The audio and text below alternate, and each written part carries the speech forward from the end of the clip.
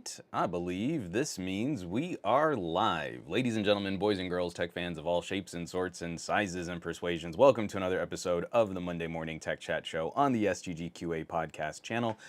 I'm Juan Carlos Bagnell, aka Some Gadget Guy, the SGG of this horribly named podcast series. But of course, the QA is what we're here for. It's what we're excited about. It's what we're in for.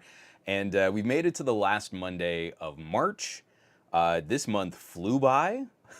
I didn't really get nearly as much stuff done for this month as I was hoping to get done. And 2023 is just screaming right now. But the last Monday of every month, we sort of break up the podcast format, less of the news block and gadget block and subreddit plug, and we're just going to go wherever the chat is going to take us. I've got a couple topics that we can loosely touch on. Obviously, the title of this video is something that I think is very important for sort of the health of our community. We're going to be talking a little bit about creator burnout and again, some of the like toxic replies that we get to things in our comments. And it seems like a number of channels are either pushing back against it or literally just walking away from making content. So I hope everybody had a lovely weekend. We finally got a respite from the rain here in Southern California. So for like the first time in a couple weeks, we had time to like get Lex's bike kind of tuned up. I charged up the battery on my Fat Tire e-bike. We went out to a parking, just because we're both rusty too. Lex hasn't been on her bike in over a month. And you know, she's still getting used to her new big girl bike. And so we just rode around the parking lot, rode around the high school. I mean, it was just really nice. So I hope everybody out there was able to kind of find some fun, find some calm this week, or especially over this last weekend. So I'm gonna try and keep this a little bit lighter. Yesterday I was very graciously the guys over at the Nomad Tech Project, their podcast, they had me on. My buddy Sam kind of reached out, and Joe was really nice too.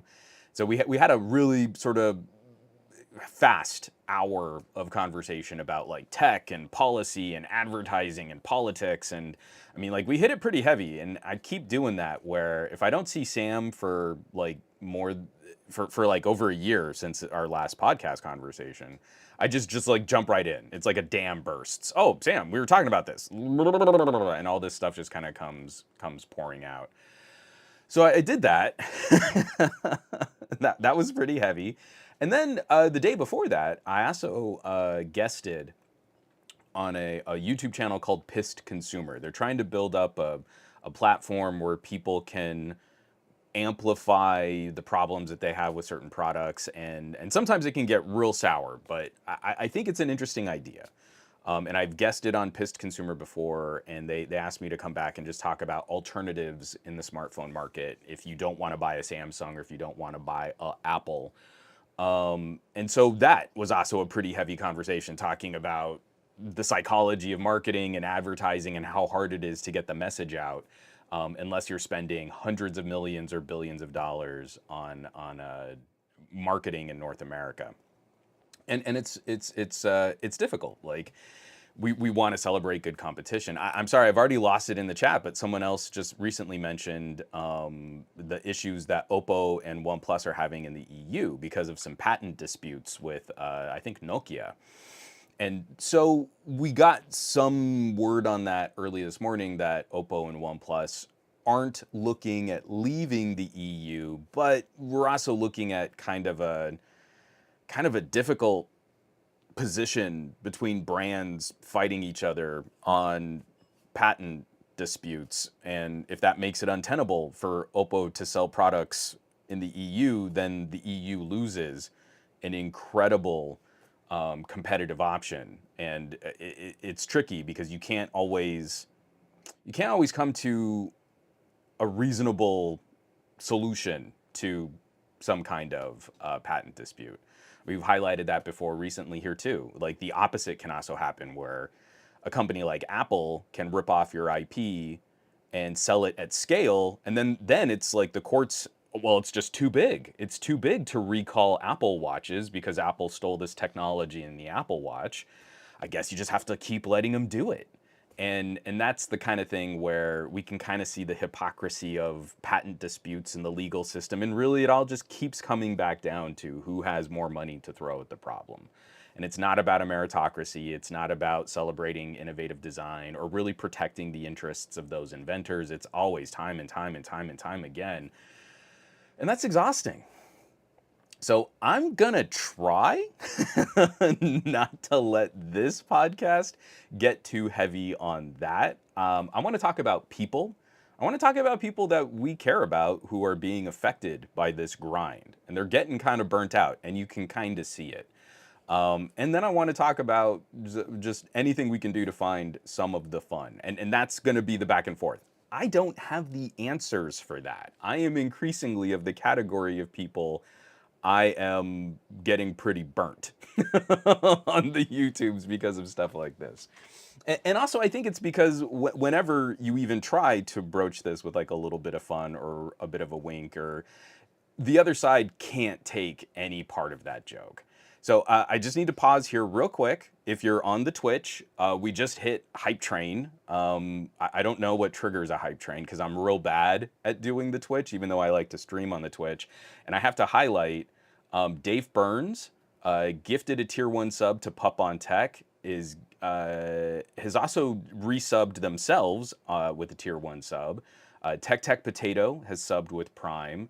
JMan150 subscribed at tier 1. Thank you so much. That is amazing. Thank you for supporting the stream. Thank you for supporting the podcast, the content on the channel. All of this stuff really helps kind of keep all this stuff rolling. JMan150 also gifted a tier 1 sub to Soar Hunter. Thank you, thank you, thank you, thank you. And apparently we just hit Hype Train level 1. Succeeded. Level 1 complete. I love the gamification of this. You know, again, all of the behavior that we put into. Simon says, Hypno, have you tried an air horn sound effect? I don't have a soundboard. I know I talk about how I was an audio guy, but I was a voice recording audio guy. I was a voiceover director and producer. And so if you want me to capture the truest, most beautiful aspects of the human voice, I can do that. Pushing buttons on a deck with sound effects on them, that was never my bag. I was never good at that. I don't know how to do it, so I've never really tried. But I'll always fail at doing like some kind of vocalization. If you want me to do that, I'll do that. Every gifted sub, I'll interrupt the conversation to go. If that's what you want to hear. I don't think it's really what you want to hear, but if it's what you want to hear, I'll do it. I have a little bit of shame. I'm maintaining a thread of dignity, but not much.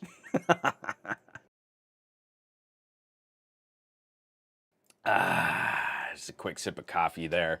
So I want to get this out of my system now because we are not going to spend the entire podcast talking about Samsung, but I have to throw this one up here because Barry and I had a chuckle about it over DMs last night. A couple guys on the Discord have shared some really funny memes. It's just really silly. And this is one of those situations where it's so silly, I don't understand why people are getting legit angry about it, that we're mentioning it. Hold on, I'm going to pull this up. So this is from Petapixel. Also, we should just say real quick, congratulations to Chris and Jordan from DP Review, two of my favorite hosts on YouTube. They've made some of the best camera videos, the duo of photography and video that they talk about, their relationship, their friendship, their production skills. Genuinely, those DP review videos have been some of my all-time favorite of any YouTube genre. I just I just really love their dynamic. DP review is closing. That is saddening to a degree that I still struggle to conceptualize with words. I wrote up a production diary on the Patreon, and it still is woefully inadequate to fully express how upset I am that DP Review is closing. But those two hosts are moving over to start up a new YouTube channel, which I think has already beaten me in subscriber count. Like the one day, the first day they announced it, they already had their first play button with only putting out the announcement video that the channel was getting started. But they're going to be moving over to Petapixel, and I couldn't be happier that that production dynamic is going to live on beyond DP Review. So if you like that kind of longer term strategy, looking at camera performance, looking at updates to cameras, lenses, we know that the digital photography landscape is kind of shrinking for standalone and mirrorless cameras. That's a channel you should support with your eyeballs and your time and with whatever sharing that you can do. So JMan150, JMan150 gifting a tier 1 sub to JMX Warrior and Onscon. Thank you very much, JMan150. You're rocking my socks. Oh, we might actually make it to level 2. I don't know that I've ever made it to level 2. No, I have made it through level 2. But I don't think I've done it in like the last year. So Twitch is real excited about the potential of me running this hype train. So that's good. Okay, back to the story here. We're on level 2, but we haven't finished level 2. That's what I mean. We completed level 1, and now we're on level 2. And it's been, I think, over a year since I've completed level 2 and made it on to level 3. That's all I'm saying. Because JMan150 was asking. All right, so, oh, hype train success. Did we do it? We got the level 1 hype train emote. So here, let me share that in I choose you. So that's on the Twitch right now. Anyone who's like watching this over on the YouTube, you have no idea what we're talking about. That's fine. So back to the story. So last night, news broke. Petapixel sent this out, and with confirmation from the user who initially experienced it, and also The Verge is reporting on it too. But again, this is a photography conversation. And Samsung's photo remaster feature horrifyingly gave teeth to an infant. And you can see, so this isn't the Samsung camera. This isn't like you shot a photo in auto mode and it changed this photo. But this is the remastering part of the Samsung Photo Gallery app. So again, this is another conversation about AI and photo manipulation, and Petapixel, I think, is right to be examining what's going on with smartphone photos and why are certain changes happening? Why are we making up information, and why are we altering the sort of characteristics of the human face? So we can look at portrait modes, and we can look at beauty retouching and filters and all this stuff. Social media kind of creates this body dysmorphia in all of us, and you're like, oh, I really look like that. Let me just kind of slim down a little bit. So this is just funny. This isn't rising to the level of moon zoom, although because Samsung has recently been in the news for faking camera data in their main auto mode of their camera app, this is another one that they just need to get tagged for. Why is it that we're not allowed to tag Samsung, right? So the criticisms always seem to start flying. I posted on it like, oh, first the moon zoom was faked, and then now the Samsung camera is adding teeth to infants. And I did say camera in that tweet, but it was, late at night, and I didn't really care to make it an exact, let me make sure this is news. It's just funny. This is funny. Look at this photo. This is funny. The photo retouching correctly, got rid of this stream of mucus coming off of the toddler's nose, but then you see these little kind of fake blurry teeth that have been added in. And so that's really all this needs to be. That's it. We have a laugh at that. You send the data to Samsung, and Samsung makes their photo remastering tool better. If you don't call it out, Samsung doesn't know that their photo remastering tool is adding teeth to infants. That's it. It's a fake portrait face tuning experience. Like that's the level of seriousness that we should take this. Moon zoom, I think, is very destructive to the camera conversation because it is faking camera data in the main auto mode, and Samsung poured a ton of marketing money into moon zoom. So consumers will think that's an actual optical effect, that the tiny little lenses on their phone can really take a photo of the moon. Then they'll try to take a photo of something on Earth that's much, much closer than the moon, and it's going to be super blurry because they can't fake that data in AI, and you're just going to lead consumers to disappointment. That is a serious issue that Samsung needs to be corrected on to the level of maybe a class action lawsuit. Adding teeth to an infant should just be a laugh. And if we can't acknowledge the differences between those, then we've failed as techies. So I just got this tweet literally minutes before going live, and I just want to read these. Oh, see, here we go. See, someone calling me a dumbass. You're a dumbass. This MF doesn't deserve to call himself a tech YouTuber. All he does is spread misinformation and lies.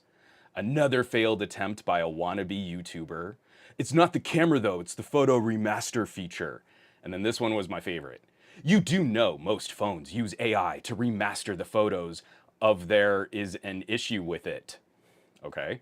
It's not fake in a sense, it's being edited to fix issues it thinks it sees. iPhone does it as well. Research before saying something you've got no clue on. So I want to start highlighting these more because if you're a Samsung fan, you might think other Samsung fans are as rational as you are, right? And by a Samsung fan, I mean you like your Samsung products, but you can acknowledge when something dopey happens that you don't need to stake your entire personality on Samsung's success. You probably assume other Samsung knights are just as rational as you are. So if anything wacky has ever happened with a Samsung and you've not felt the urge to sling, hate and despair and calling people names or engaging in misogyny and sending out death threats, then you are not a Samsung knight. You're just a Samsung fan. We're cool with Samsung fans. If you can't have a laugh at the Samsung remaster tool adding teeth to a baby, then you're a lost cause, right? So this is the stream. I did say camera. I should own that. I should have said the remaster tool in the Samsung Camera Gallery app. But it was late at night and I just didn't really care. Because it's funny. It's funny to see teeth on an infant. That was actually one of the jokes we had on the Discord. Like, Samsung Camera app can add dentures to your... Oh, no, how did we say it? How do we phrase it? Oh, add dentures to your baby with this one simple trick. Dentists and orthodontists hate this. And it's funny. And you should have a laugh at it. So that's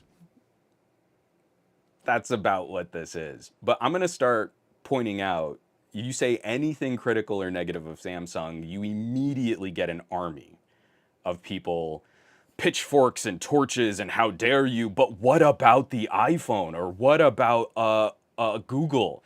Google does face unblurring and that's fake too, which it really technically isn't faking data as much as it's taking stacks of raw files to try and recreate the structure of something. It's not optically enhancing detail on the moon that the camera lens really didn't capture. But again, that kind of nuance completely lost on a Samsung Knight. And so this is what we face on everything we post. If I say something nice about Motorola and Ready 4, these kinds of guys are up in arms about me deigning to enjoy another non-Samsung product. If we point out something that is critically dumb on a Samsung phone, these kinds of guys come flying out of the woodwork. Doesn't deserve to call himself a tech YouTuber. Ooh, heavens to Murgatroyd. That's what's constant. And you have to manually weed all of this out. So it takes that extra second where I have to prune all of my comments on YouTube. I have to mute people on Twitter and other social media sites. You constantly have to absorb it. So it's not about having a thick skin.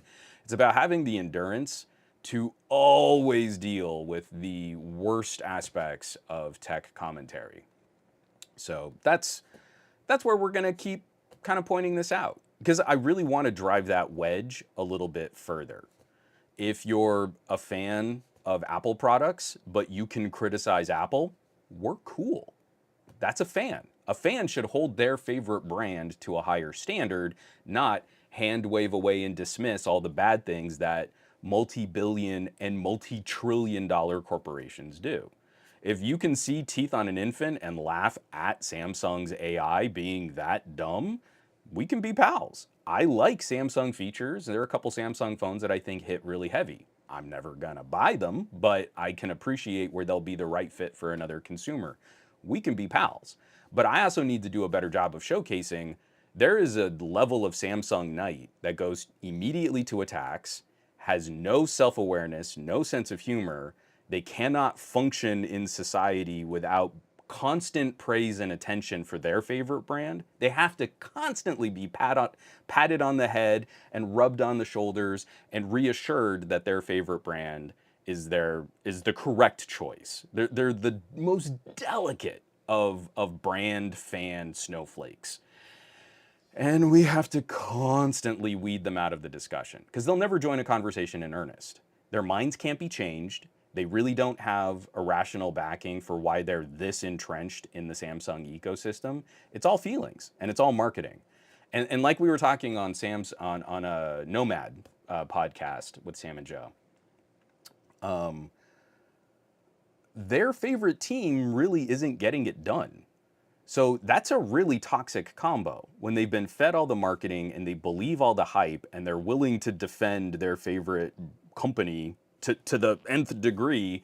But then their favorite company is sliding in sales. They're not producing well and they're getting caught in scandal after scandal after scandal after scandal. If Samsung doesn't want criticism on juicing performance for benchmarks, but then throttling performance on real world apps, if they don't want to get caught on faking moon data, if they don't want to get caught faking their TV performance for reviewers, where they say it's like an authentic mode, but then they're juicing up the saturation for the rest of the panel that's not being tested, they're lying about their TV performance. They don't want to get caught bribing South Korean officials so that they can get preferential treatment in the South Korean government by also doing things like building chip fab components. Like they're going to spend $250 billion trying to catch up to TSMC over the next 5 years.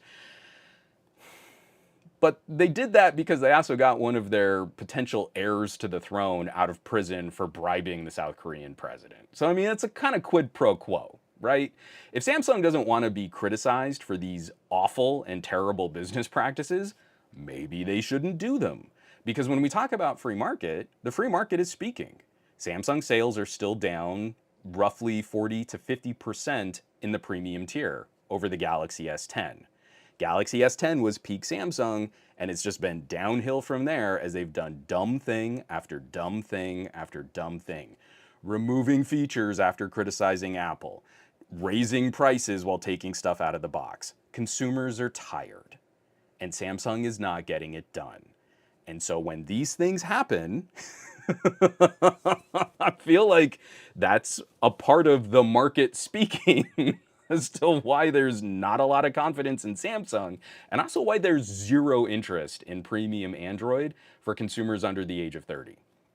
Statistically speaking, we have the next generation of consumers. I already said this on the Nomad podcast, but statistically speaking, we're in for the next generation of consumers who will be buying things with their own money. Zero interest in premium Android. None.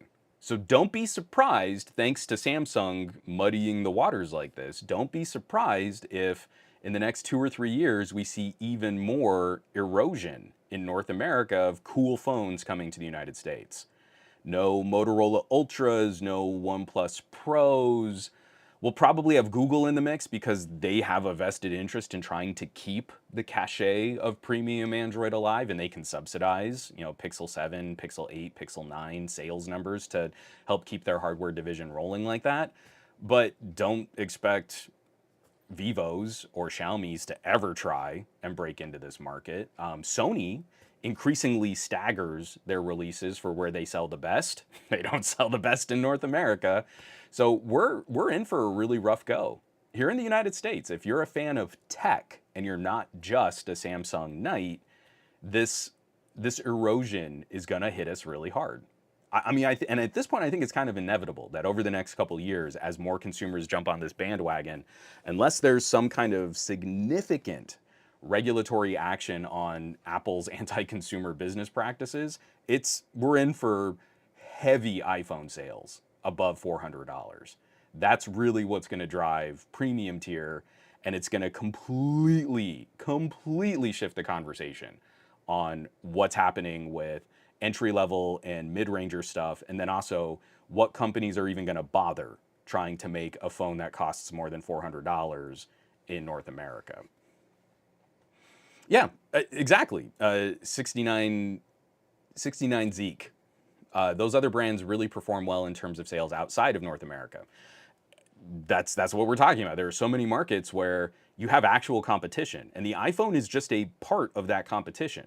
You know, top sales for Xiaomi versus BBK brands versus Samsung versus iPhone, with Motorola and Nokia kind of in the more mid-range segment, and the iPhone is where it should be. Kind of the same chunk of like maybe 30% of the market, sometimes 20, sometimes 30. Often they're the top option in premium. But overall sales, you'll see Apple is just a smaller wedge of the pie. Here in the United States, because of the way that carriers subsidize everything, they're 50% of the market. They're 50% of the market, and most of their sales are above $500. So I think 2/3 of iPhone sales are above $500 now. So either it's last generation premium iPhone or this year's premium iPhones, with a much smaller wedge. Like I think about 25% are the older phones and iPhone SE type devices. So Android is overwhelmingly dominating in terms of raw numbers, but only under $400. and that's and that's what's silly, trying to make these kinds of conversations happen with people who are not amenable to having their minds changed. I'm gonna drink some more coffee.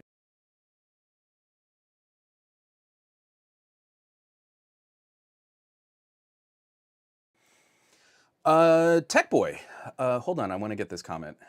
Should Samsung create a separate mobile division for budget devices? Um, I do not know what the internal structure of Samsung looks like, but I would be very surprised if there was one mobile division. They already have different categories of phone: Galaxy A, Galaxy S, Galaxy Z. And I bet you there are different teams that kind of work within Samsung's structure for parts and pieces, distribution, marketing. Um, they contribute to different tiers, and I think they probably have specialists that highlight on that. I'm going to be really anxious to see the reviews on the Galaxy A54. The A53 was hot garbage. The A52 was a screamer. The main change going from the A52 to the A53 was what chip they were using, going from a Qualcomm chip to a Samsung chip. So they're sticking with the Samsung chip, but I think the A54 is going to get a more powerful chip than what the A53 had. So I think the A54 could end up coming back to being a reasonable option where the A53 was junk, especially opposite like a Pixel. Like a Pixel 6a was just curb stomping the A53. So it could be a good year. This could be a better year for Samsung's mid-range than where we were last year. Do do do. Yep, Tech Boy, 87% of the Gen Z market currently. That's bad. If we're into tech, we should not be happy with that kind of performance. So here, let me get this back. Yeah, the Reaper Black. Some of these conversations have been pretty hot. Reaper Black writes, "This is the first time I see Oppo is getting on the level of Vivo in terms of photography, because the Find X5 Pro was good but not perfect." I feel like Oppo has always existed as more of a photography experimental platform. Like I've got a Find X, actually the box is on the top of the bookshelf behind me. I have a Find X3 Pro. they like to do things that are a little step to the side. Like, let's put a microscope lens on a smartphone. Let's just see what people do with it. And it might only last for one generation. Like, that's not something that is going to be a consistent thing you can count on. And so the Find X, you don't become a fan of the Find X because you expect that it's always going to be the same phone year over year over year. Like, we're into what? Kind of the fourth generation of sort of the same galaxies, sort of, like looking at the Galaxy Ultras from the S20 Ultra to the Note 23. It's iterative, it's not revolutionary. Especially in, is it a Note or is it a Galaxy S? Oppo has been all over the place. Like, every Find X to me has been a very different device than the one that came before it. And I think just this year, their experiment is the 1-inch sensor and the much larger telephoto. And that, I think, is a fun experiment to examine. How do we play with these parts and pieces and do something kind of radical and different than the last Find X? And that's the conversation you're going to get with Oppo. I would not expect the Find X7 to be like the Find X6. I would expect them to okay, well, now we've tried that. Vivo can kind of take the reins on other mega camera sensor devices. What if we had like a 360 camera that pops out of your phone? That is absolutely not what they're going to do. But it could be. It could be something, again, left field from Oppo. I'm gonna have to try and steal it from TK because I was thinking like maybe I'll buy one and import it. I really want to wait until we see what Xiaomi does with the supposed Xiaomi 13 Ultra, but I really want to see how Oppo's Hasselblad collaboration works on that telephoto. I'm already pretty confident in the 1-inch sensor. Even if their auto mode JPEG processing is garbage, I can get incredible photos out of any 1-inch sensor. As soon as I switch into a RAW capture, like, your capabilities for editing an image just are astounding. It is almost micro four thirds level sensor performance at 12 megapixels. I cannot understate how impressive that sensor is. But what I think is really the most interesting about the Find X6 Pro is that telephoto. And I really don't think people are properly detailing why this is important. This is the largest sensor we've ever seen on a zoom sensor on a smartphone. And it brings some substantial image quality improvements and capabilities, low light performance. This is a sensor that's usually the main camera on phones in that like $600 to $700 range. I mean, you can buy a Galaxy S23 Plus. That's a $1,000 phone. The main sensor on the S23 Plus is the same size as the telephoto sensor on the Find X6 Pro. That's a big deal.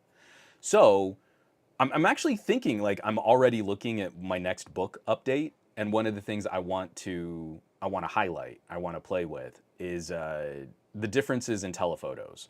Like, I need to make a chapter kind of just detailing, if you want a smartphone telephoto that has 100x zoom, you've got to compromise a lot of low light and action photography performance. Like, that 100x zoom is really only useful in the best, most direct, brightest sunlight. If you're like me and you like to kind of sneak candid photos, heartwarming moments, that perfect laugh, someone who's indoors. I like, kind of just sneaking a photo of my daughter watching a movie and you can kind of see the awe in her face, or she's snuggled up with my wife and I don't want to shove a camera in her face to get that done. Then a smartphone with less reach, but a bigger sensor is so much better in those indoor, darker, dimmer conditions. Like, it's just night and day. I can't use the telephoto sensors much on the Note 23 because they're kind of garbage indoors in moderate lighting, and then they're sort of useless when you turn them down. In fact, I've got some nighttime samples where it is definitely just cropping from the main camera sensor. So you do that first stage of zoom and you're like, wow, the photo quality, the brightness, this is pretty good. And then you zoom in a little bit and you're like, nah, it's just a crop from the main sensor. And then you switch to the secondary telephoto and it's like completely just black.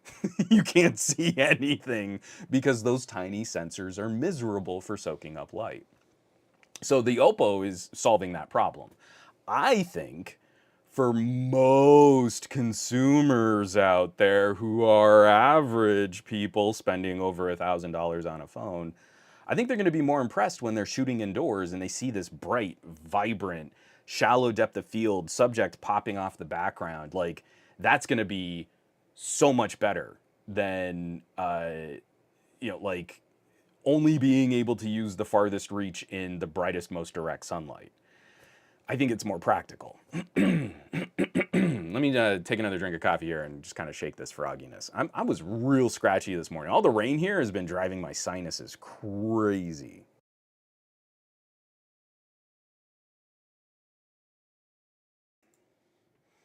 Yeah, Farhan, this is definitely a bummer because Pixel fits into this category. We were talking about this on Nomad a little bit too.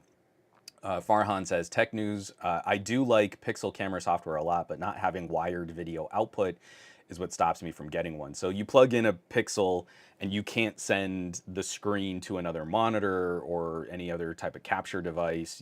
You can only screen record locally. And that's kind of lame.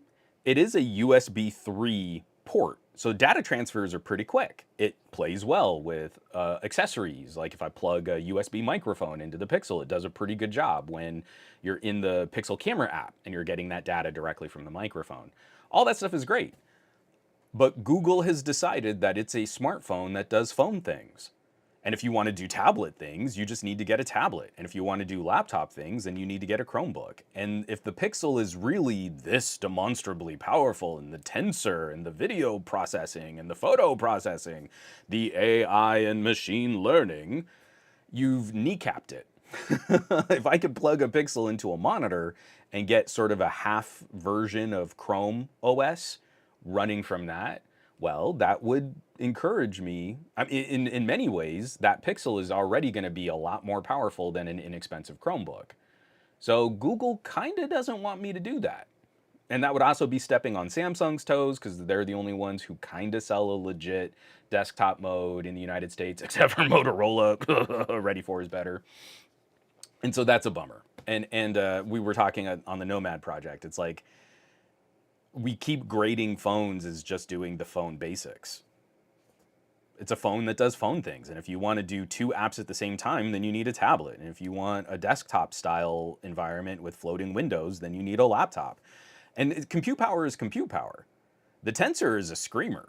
If you put the right task in front of Google's optimizations and customizations for machine learning, it is faster at rendering 4K video than an iPhone 14 Pro.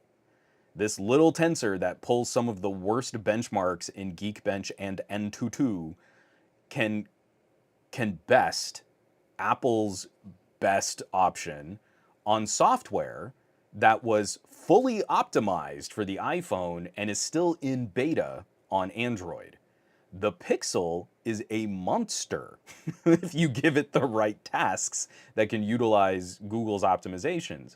That is encouraging because it's also sort of hamstrung by Samsung chip foundry, but Google's optimizations on top of Samsung's bad chip design making a device that's pretty dang powerful.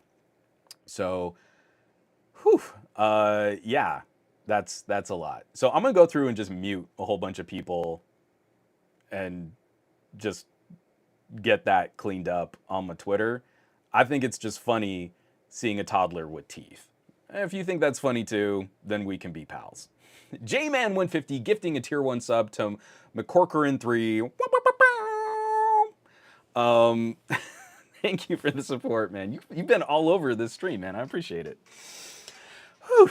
So we were talking about the best and brightest of the brand fans who just have to take everything the most personally that they can, rushing off to do battle with those hater bias people that don't that just don't see the truth of Samsung always being the bestest because they spend the most on marketing and not because they're really making products that people want to buy to the same degree as their competition. I do kind of want to touch on this. This is. Oh, I still have the comment up from Farhan. This is a shift, but it's not completely a different topic. So there are tech channels that lean into controversy. There are tech channels that lean into the algorithm, like Linus Tech Tips makes no bones about the fact that he is doing clickbaity titles and shocked faced thumbnails because that's what works on YouTube. I don't click on any of his videos because I know it's like not gonna be what the title or the thumbnail is about, and I don't know what it's gonna be about, and I don't want to sit through a video not knowing what the topic or the conclusion or the tone of the commentary is gonna resemble. So yeah, tech potato. I lean into rare processors. If anyone hasn't been keeping up with tech potato, some of these conversations, and again, I just have to, in all bromance, share my love and adoration of taking these conversations higher level on what some of the bleeding edge of quantum computing, processor fabrication, both in the consumer space and then also in sort of the server and infrastructure space. And if you're not catching these conversations, then you're really missing out. So again, he kind enough to join us in the chat here. You should be paying a bit more attention to tech potato. Hold on, let me get this out of the way here. Aw, Corcoran, yeah, that was nice. He's thanking JMan150, but I didn't even realize I wasn't subscribed. Now I use my Prime subscription on a smaller channel. Spread the wealth. If Prime's gonna give you that sub, put it to good use and help some other content creators out there that are also looking at diversifying what platform they stream and host videos on. McCorcoran, if you want a fun hangout game streamer, Dave Burns has been doing some really fun streams. I lurk a lot. I don't always comment on his streams, but I enjoy his tone, and especially when David and Liz are playing together, that is a really cute dynamic. So I just put in a vote for Dave. But anyone else who wants to share channels on Twitch that someone could use a Prime sub on, please feel free to just fill my comments with cool Twitch streamers, and I'll also follow and sub to as many as I can. So, back on track.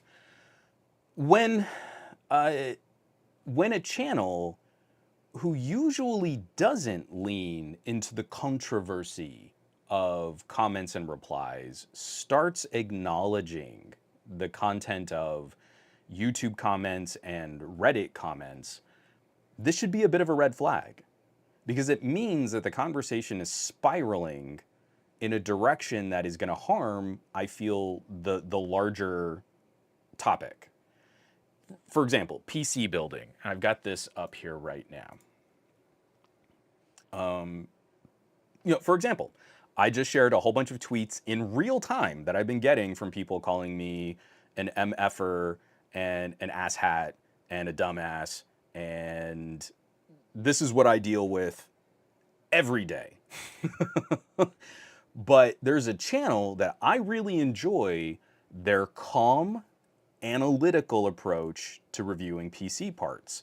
So a channel like Hardware Unboxed, with 950,000 subscribers on their YouTube channel, they are not like me, where they are picking at the most fragile snowflakes of a brand fandom.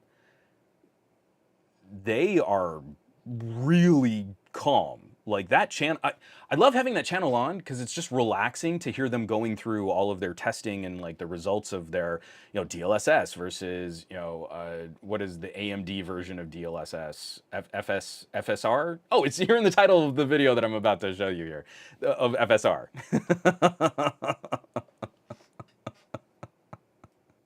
Oh, tech potato. Yeah, I mean, again, that is a nice spin on the word dumbass. Tech Potato says, I'm proud to be a dumbass. If I'm the smartest in the room, I'm in the wrong room. We were talking about this a couple months ago when we were looking at some of the other creators of, I think, channels that we would both probably appreciate facing burnout. And we're going to talk about another one of those channels literally walking away from sort of the mainstream production that they were known for.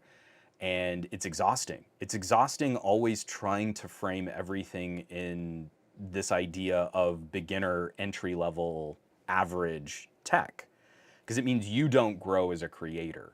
And that's what killed me with Some Audio Guy. Before I was Some Gadget Guy, I was Some Audio Guy, and I was really into home recording and voiceover performance and technique, capturing those performances, using them for not only projects, but also auditioning. And what killed Some Audio Guy was constantly having to regurgitate the same entry level conversations. This is how you reduce echoes in your room, and this is how you pick a microphone. And I would make all of this content, and then people would say, "Oh, but what about my voice? My voice is bassy, and I have an attitude and a smirk. And what mic should I use?" And it's like, I've already written this article like 5 times. Here are links to ways that you can pick different articles. Yeah, sure. I'll read all that. I'll read all that. But I have this unique thing that makes me different. So how would you pick a microphone for me? My rate is $100 an hour on site, and I can bring microphones to you, and we can test drive like 6 or 7 different types of mics and pick one that's going to be a good fit for you. Oh, well, you're just in it for the money. But like my time means nothing. So Some Audio Guy crashed and burned, like hard. I did this thing where it's like, I've got to take a break from reviewing and commenting on vocal performance. And I was already transitioning over into reviewing consumer electronics and smartphones and tablets and laptops. Like, let me just focus on this for a little bit. And then I never went back. Some Audio Guy technically still exists as like a half-hearted Twitter account. But now I've been producing, wow. Sorry, I just got real old for a second there. But I've been working in audio recording, commercial production, direction, like 25 years almost. And I feel no urge to help beginners in that space anymore unless it's someone I know personally or someone who's a friend of a friend I know personally that can vouch for how serious they're going to take it. So whatever information is stuck in my brain in regards to microphone technique, selection, performance, all of that is now basically inaccessible because I burned out hard. No one else gets it. It's just for me. I can sit there and pat myself on the back when I hear the room tone change difference in an old episode of Dollhouse with Elijah Dushku and Eliza Dushku? I said Elijah, didn't I? Wow, I am not caffeinated enough. And I can sit there and pick apart that because it's distracting to me to hear in between lines of dialogue. But I'm not going to share that expertise with anyone else. Cannot say, if only Juan wrote a book about this. I am featured in a book. I wrote a guest passage on voice over voice actor. I don't think, oh, I do. I'm going to plug my friend's book. Hold on. So I believe this has also been revised a couple other times. Please pardon me being away from the camera here and listening to my wireless mic. I hope I didn't cut out too bad there.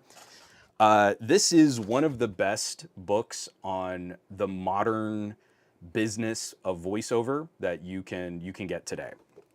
This is written by Yuri Lowenthal and Tara Platt. The book is Voiceover Voice Actor, What It's Like Behind the Mic. And even from this publication, the business has changed quite a bit. But this book is legit. When I got into voiceover direction, I was reading books from dudes that were heavily producing in the 70s and 80s. Well, in the late 90s and early aughts, that business didn't exist anymore. And so this, if you were ever wondering, like, hey, what's it kind of like being an animated character or doing commercial work? Oh, commercial work is so much fun. It's hype, it's fast, you get paid really well. If you can break into voiceover commercials, like, That's the golden handcuffs, because you won't want to do anything else. And you make a lot of money doing it. Yuri Lowenthal, Tara Platt. I've had the amazing fortune of working with both of those performers, and they asked me to write just a little topic, a little subchapter on the tech of recording and home recording and stuff. So it's a shameless plug for me, but also they're two of the most amazing people I've ever met in my entire life. So, Aditi Anil, yes, Yuri Lowenthal was Spider-Man in the Spider-Man PlayStation game. Fun fact about Yuri Lowenthal. I was working at a talent agency that was repping Yuri Lowenthal. And 10 years, 10 years before he booked Spider-Man, the video game, I had Yuri Lowenthal in my booth for one of the Spider-Man animated series. And we were recording an audition to send in, and he was one of the top contenders for booking that Spider-Man gig. And he had this audition where it was just so incredibly clear when he was plainclothes Peter Parker and when he was snarky, fun Spider-Man. And he's in front of this mic, and I'm not looking at him. I'm just listening to his audition. And he's delivering these lines of dialogue, and I swear you can hear a man swinging through the air. But he's not doing that gimmicky thing of like Doppler effect where he's like trying to move his face around the mic so it sounds like he's really active. He is razor focused, locked in front of this microphone, and it's the pure force of his imagination. You can feel the momentum of Spider-Man swinging through the air. It broke my heart because he got to like the top 3 in contention for this Spider-Man series, and he didn't get it. And so years later, he books the Spider-Man video game, and you're like, yes, that is correct. And again, hands down, he's my favorite Spider-Man because I've also hung out with him, so I'm totally biased. But I still think, again, if you ask me, like, well, who's your favorite Joker? I'm going to be like, Mark Hamill. Who's your favorite Batman? Well, it's Kevin Conroy. Your favorite Lex Luthor is Clancy Brown. Clancy Brown is the best Lex Luthor. It's all the voice actors. Because they're awesome. They're amazing. I love them so much. Hold on, I'm going to take one more drink of coffee.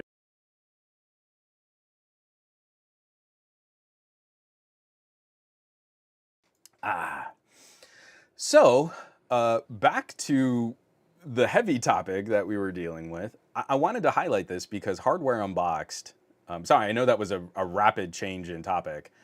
So, Hardware Unboxed, Reddit users expose Steve, DLSS versus FSR performance, RTX 4070 versus Radeon RX 7900 XT. Their thumbnail is also, angry Reddit emoji things, moronic and biased. And this is a 15-minute long video where they go through the comments that they're getting on social media, on Reddit, and in their YouTube videos where people are flipping out about them being NVIDIA haters and how they're always trying to promote AMD and FSR. And look at, they're even using FSR on NVIDIA testing, and oh, they're so biased. And that's pretty rough. If you've ever watched a Hardware Unboxed video, those dudes are super chill. Like, they have tough criticisms for monitors. They've come out heavy against the current like GPU pricing.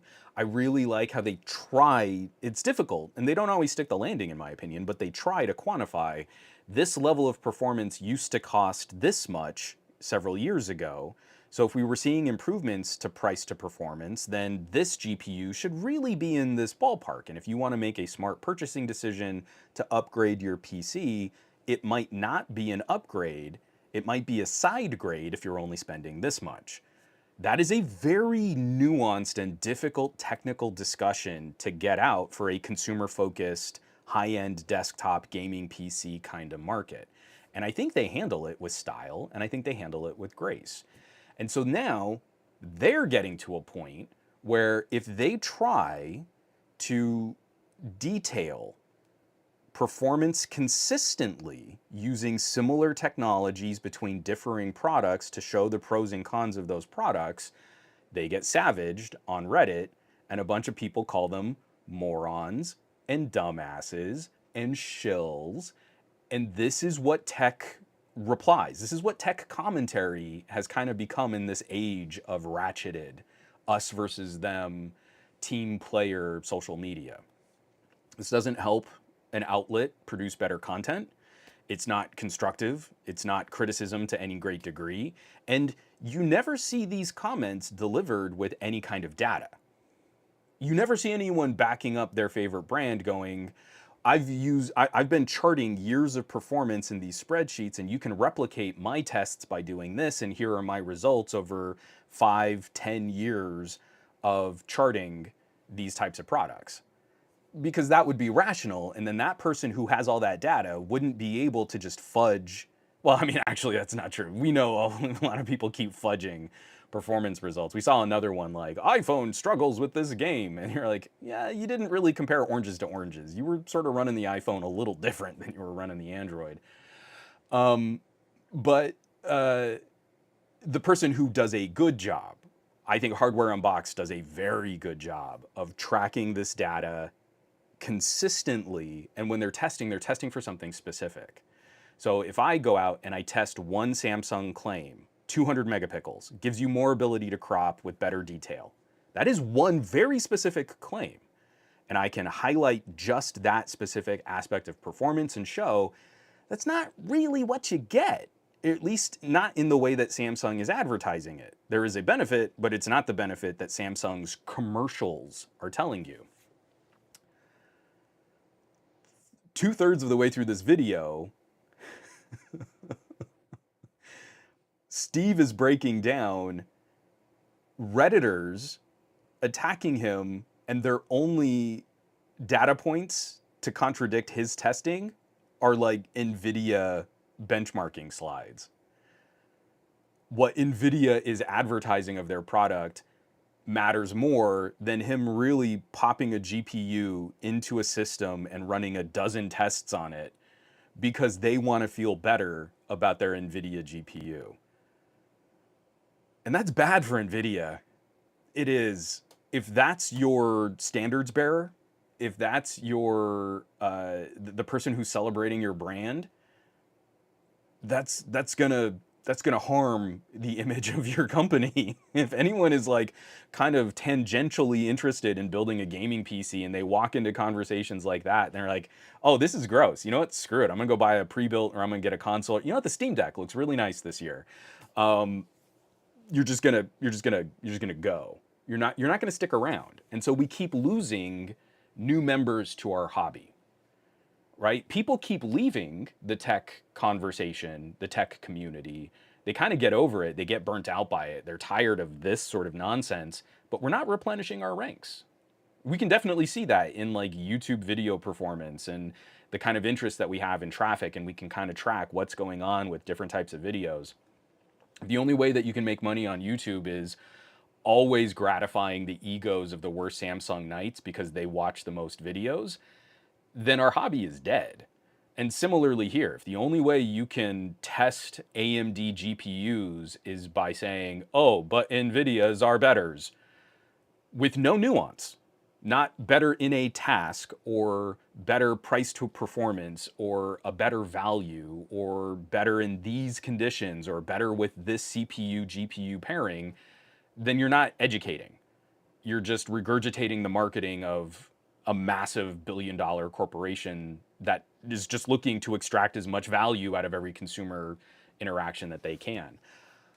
A company like Hardware Unboxed should never have to make this thumbnail. Like, I can't think of a more reasonable collection of tech enthusiasts that are trying to do criticism and comparison testing. Even like Gamers Nexus, they can get kind of snarky. They'll lean into a controversy. I feel they consider themselves more investigative reporters at this point than just straight up reviewers. They still do straight up reviews, and I think they do a great job, but you'll get a bit more attitude, a bit more tone, and a bit more editorial on what's going on. I've always found that Hardware Unboxed is sort of the chill, kick your feet up and just let like smooth English kind of roll over you with like a nice little accent to it. And I can kind of just vibe to a Hardware Unboxed video where I get a little riled up by a Gamers Nexus video. This is the kind of thing I would expect. Like, Gamers Nexus doesn't pull punches, and if someone's talking trash, they'll shut them down. Hardware Unboxed is not that kind of confrontational. And they're making videos like this, commenting on the reactions that they get from people in Reddit tech communities. That's bad for our hobby. This puts people off joining our ranks.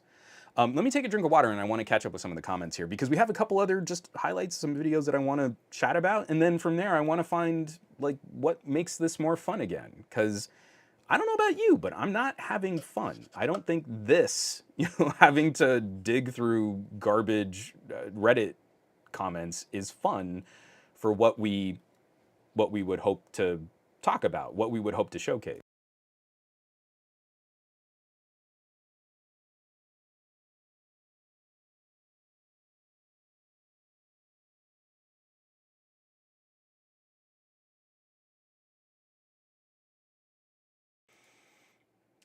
Okay, so TED Talks Tech. Clancy Brown was so good in John Wick 4. Apologies if that's a spoiler. Clancy Brown is amazing in everything he does. I got to record him once. He was amazing.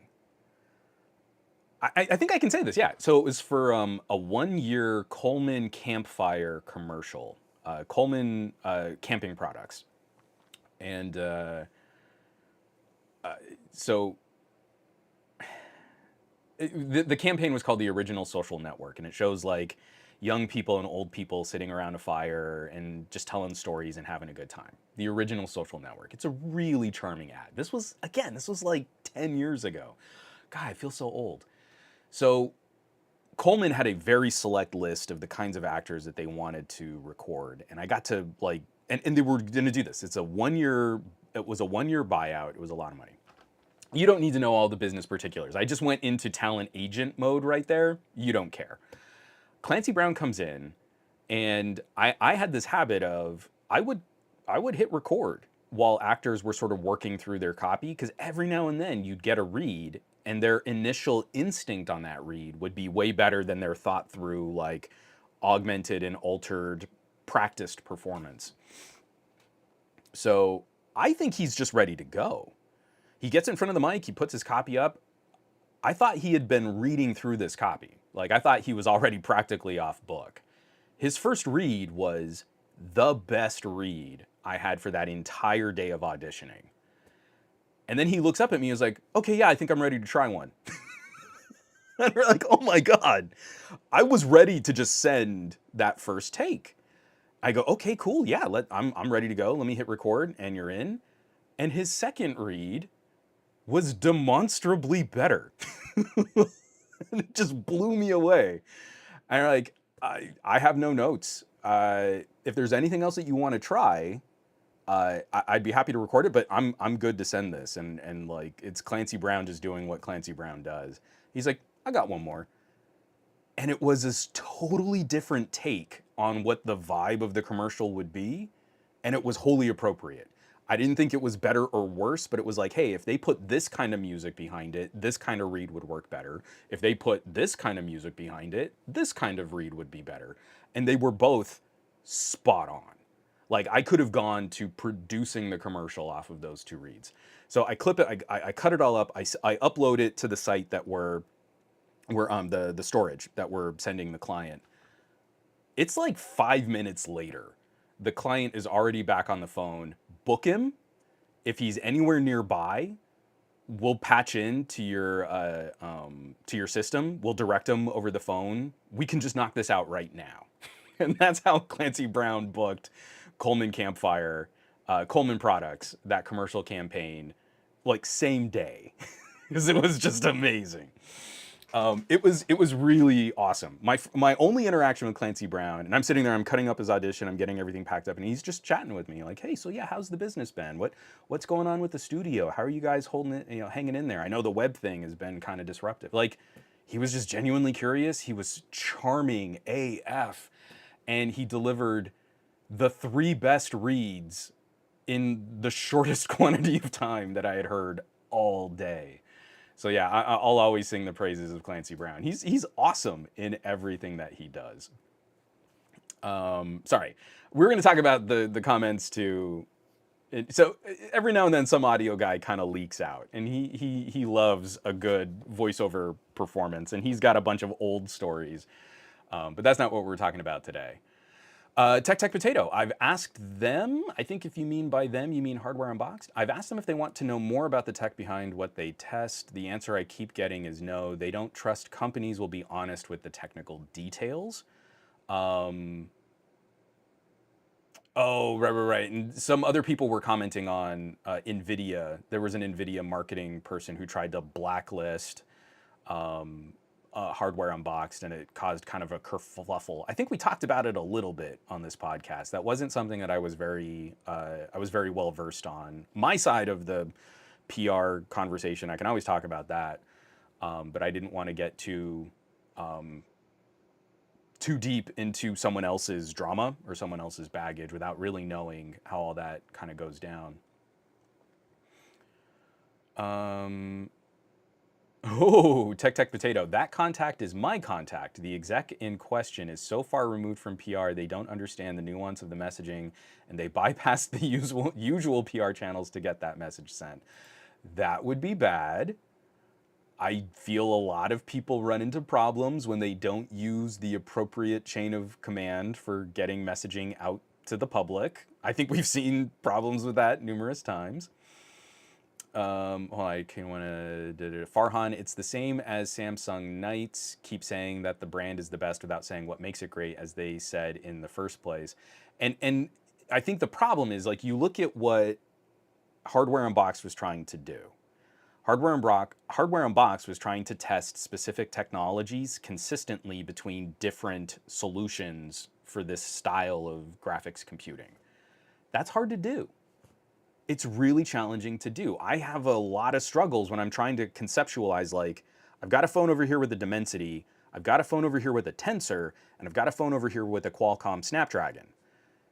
If I do similar tests on all of these, we're going to see different strengths and weaknesses for all of these products. If I just vomit out an N22 score, you're not going to be prepared for when phones do some things better than other phones. If we only test one game that's poorly optimized for Android, you don't have a good sense of whether this phone will play one of your favorite games. It's just that it benched really well on Genshin. So it's that. Hardware Unboxed is trying to approach this kind of conversation with a little nuance. And in this video, they also mentioned, like, hey, this is one thing that we can actually change. We can get rid of this type of testing and only do this type of testing. And that actually was a good, I mean, like, they learned something out of this experience, but not because of the people that were pooping all over them on Reddit comments.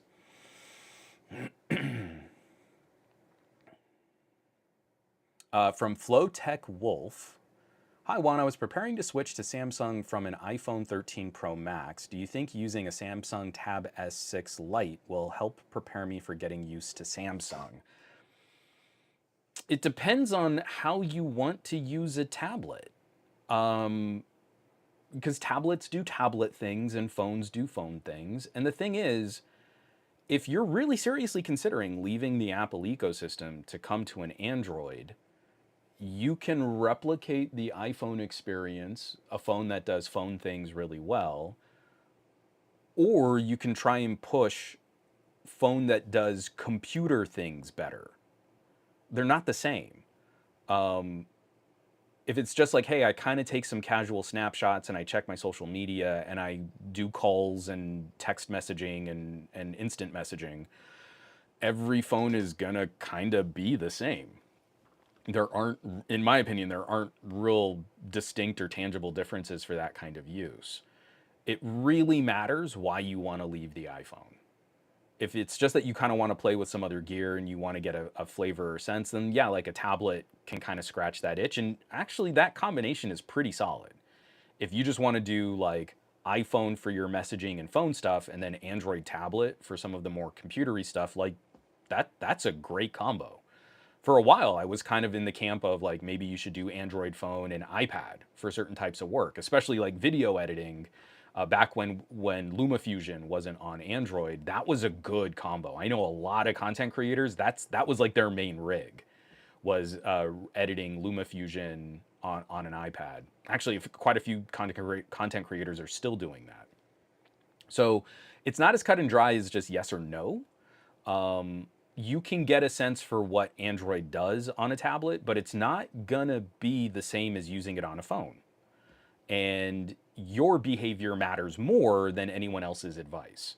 So it really just comes down to what is it that you're trying to accomplish. If you want more computer guts in your phone and you want to use your phone to displace some of your use of desktops and laptops and standalone cameras and editing and all that, I mean like higher level stuff, then I think you are rewarded making that jump from an iPhone to something like a Note 23 or a Moto Edge Plus, or I mean even saving a little cash and getting a One Plus. I think that rings true. Yeah, I mean it really depends on your wants. So my advice is kind of start with what is the budget that I'm looking at and why is it that I want to make that switch. And if it's just kind of a casual interest, then spending a little less on a mid-spec tablet just to kind of dip your toe in makes a lot more sense than switching your entire ecosystem of your phone over, and it'll probably be less expensive. But if you're coming at this from the iPhone land, I wouldn't discount like what you can do on an inexpensive Android phone. Like a Pixel 6a hits pretty hard against an iPhone 14 non-Pro. Like you lose millimeter wave antennas and you lose wireless charging, and all the rest of it is pretty close. And you would spend half as much on that Pixel to get a sense of what an Android phone doing phone things can do. Right now, you can pick up a Moto Edge Plus for like 400 bucks. That is one of the most powerful phones of last year. Has the best desktop mode. It does have support for a stylus, but it doesn't come with a stylus. 400, I think it's 450 on Amazon on sale right now. That's pretty good. You might not want to spend $300 on an Android tablet when you could have an Android phone that can do a lot of that stuff just as well for a little bit more. So yeah, my advice is always it depends. It depends on you and what you want to do. Oh, Marilyn just made it. Everyone say, hey, Marilyn. She's another one. She'll back me up on the Note 23. Note 23 is a screamer. It is one of the best phones of the year. Absolutely. I can handily and heartily describe that, but it is also going to be one of the most expensive phones of the year. I'm way behind on this chat. Gormlord, let's hear your best Clancy Brown, Juan. I wouldn't even attempt.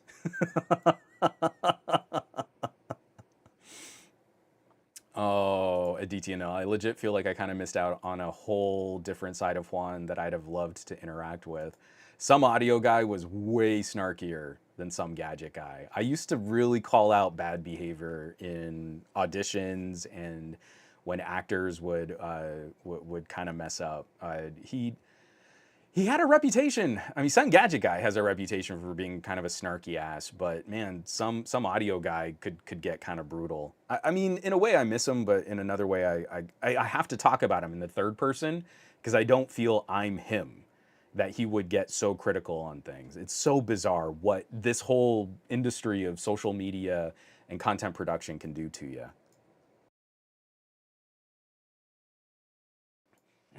Oh, and J-Man 150? Dude, you are rocking my socks today, man. Gifting a tier 1 sub to Muppinish and Squirrel Rehab.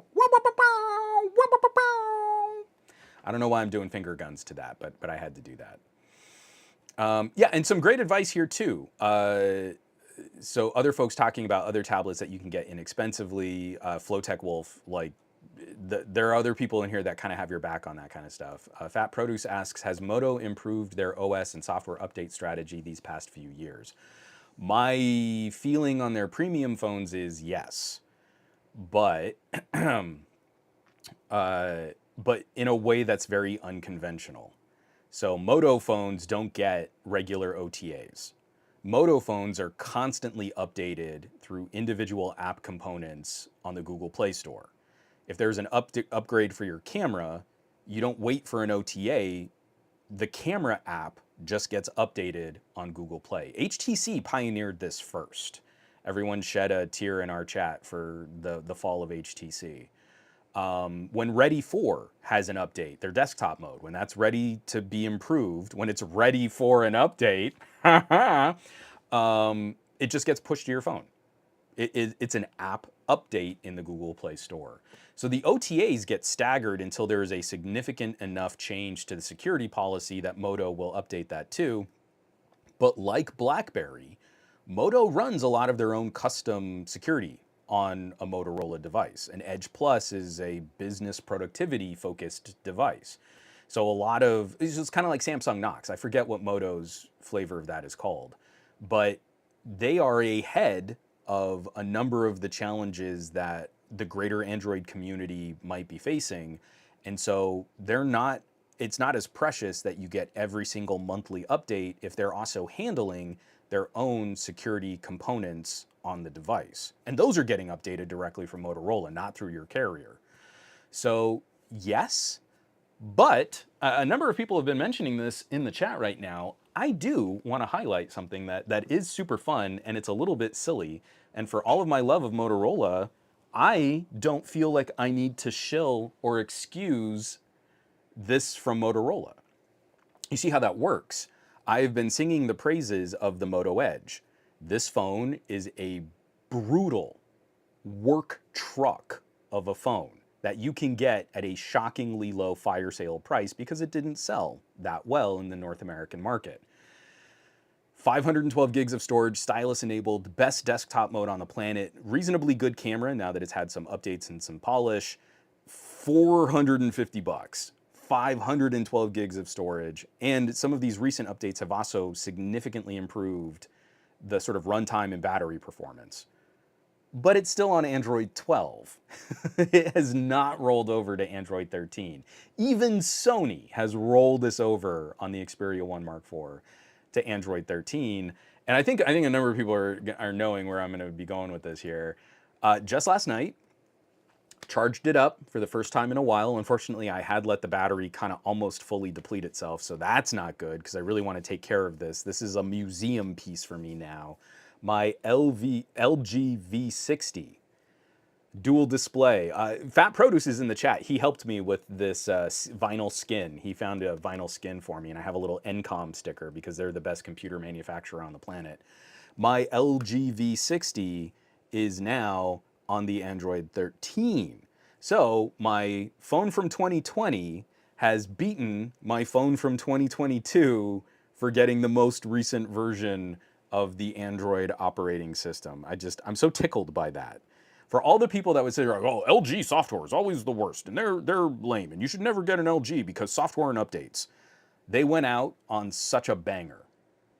They went out the best that they could put out, reasonably priced but premium powerful gadgets, and we lost something really special when we lost what LG could do in this market. But yeah, running Android 13. Here's my little Google Easter egg. You can kind of, I forget, what is it? You kind of tap or you swipe? I don't remember. But you know, it's running Android 13. It's I can't say anything's been functionally significantly different. We're not looking at a ton of software updates to the LG UX. I'm not seeing anything substantially different in LG Screen Plus. Unfortunately, so I did the update. I didn't wipe out the phone and start fresh. So some people have been commenting that this can fix some of the HD playback issues. There are security policies in place that Netflix can sometimes wig out about this LG phone. And some people were saying that the Android 13 update can fix that DRM policy. So right now, my LG V60 only streams Netflix at standard definition. And that sucks. Some people have said it fixes it. I just did an update. I feel like if I scrub this phone, like if I totally nuke it and reset it, maybe that might be different. Maybe that might be what I need to sort of reclaim that security. But it's been running really well without it. So I don't want to take all that time to nuke and reset a phone that's actually running really well after such a significant update. But this is also what's kind of telling. Going from Android 12 to Android 13, this was only a 1 gig update. So we know there wasn't a ton of other changes. So whatever they're working with, they've kind of applied what was already a part of the LG stack. That's the wrong word, and I hope Tech Potato makes fun of me for that. But what makes an LG device unique is functionally kind of the same. I mean, if we go through and we pull our notification shade and we look at, like quick actions and toggles and things, like this all still looks like Android 11. This all still looks the same as what LG's been doing for the last 2 years, but it is brought up to current spec for the operating system itself and for security patching, the security policy. It's just, you never are able, when you only do like a 1 week embargo review, you're never able to sort of predict how well something is going to age over time. The LG Velvet and the LG V60 have been some of the best aged phones of their era. Like Samsung updates still hit for 2019 released phones and 2020 released phones, and yeah, that's great. I have not had the same experiences on my Galaxy S10 with recent updates to Android 12 and One UI. And for some of the bugs that have come, like there was a massive battery bug on the V60 that came, I think after Android 11. There were other performance issues with Android 12. LG does not operate a smartphone division anymore. They have a couple guys in a basement that are just kind of working on code for their last remaining contractual obligations for their phones.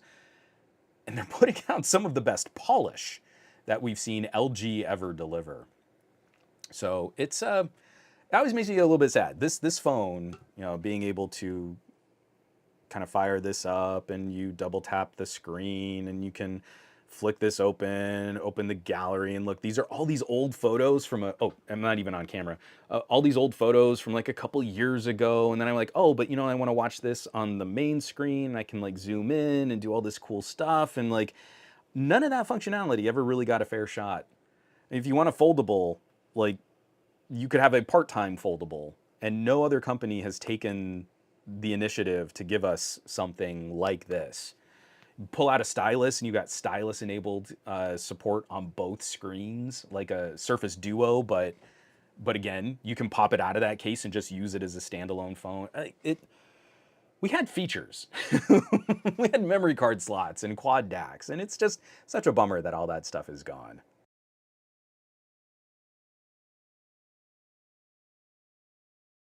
Oh, Onscon. Onscon says, Android 13 did fix a bug with Screen Plus that I had with Android 12. I explained this on Easy Computer Solutions video of this.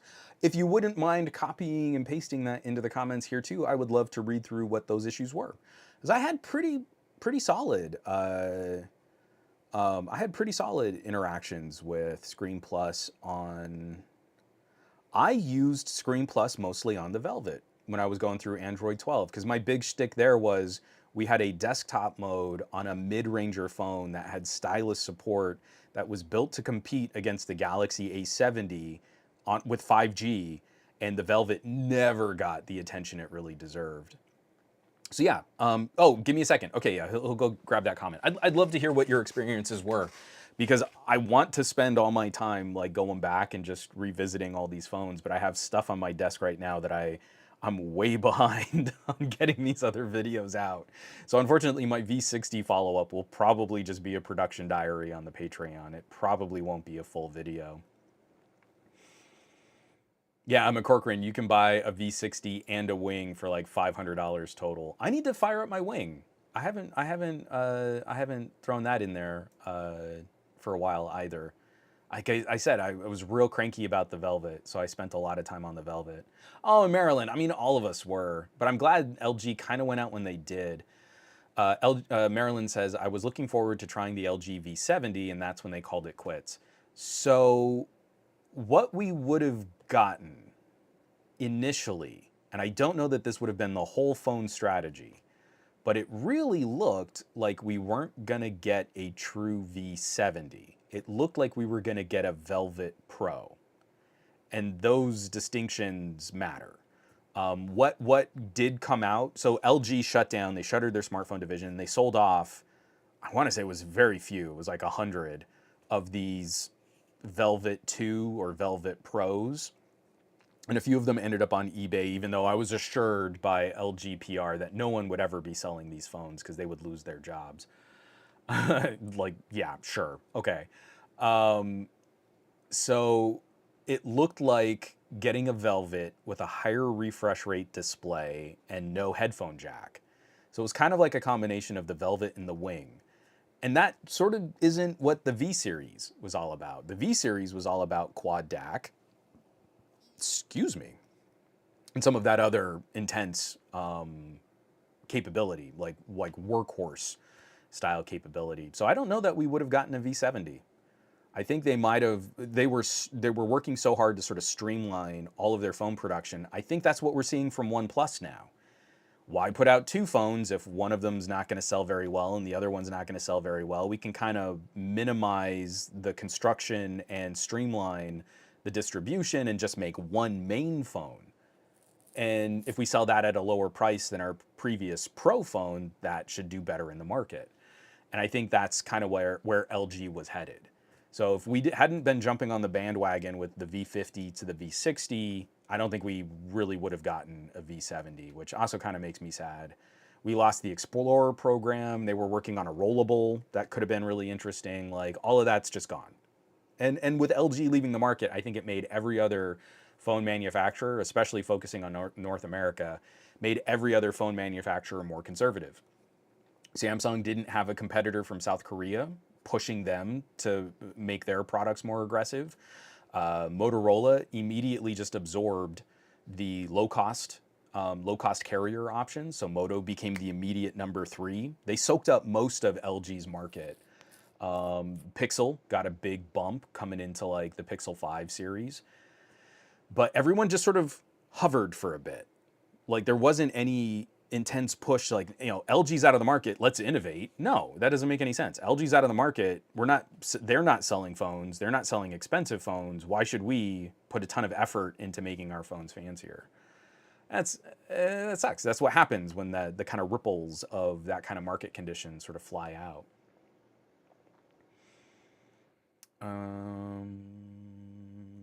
Oh yeah, a bunch of people are in the chat are already like, oh yeah, there's this thing. It wasn't going to be called the V70. McCorcoran was already saying it was going to be called the Velvet 2 Pro. Yeah, it makes me sad. V60 is still a champ. I mean, yeah, a Snapdragon 8 Gen 2 is significantly more powerful, but man, this phone is still just such a great all-rounder. The camera's still fun to shoot with. The dual display is still working great. The quad DAC is gorgeous. You plug in some nice earbuds or some nice cans. We're never going to get anything like that ever again. I would still pull out my V60 occasionally when I'd need to sign documents. The only reason I'm not is because I've got a Moto here with stylus support. And I'll pull that out and I'll sign documents. But the V60 has been just such a workhorse companion device. So good. And especially over like the last 2 years, from the Snapdragon 888 through the 8 Gen 1, if it was hot, I would take the V60 to shoot because it could shoot 4K video for longer out in the field before it would start running, before it would start throttling.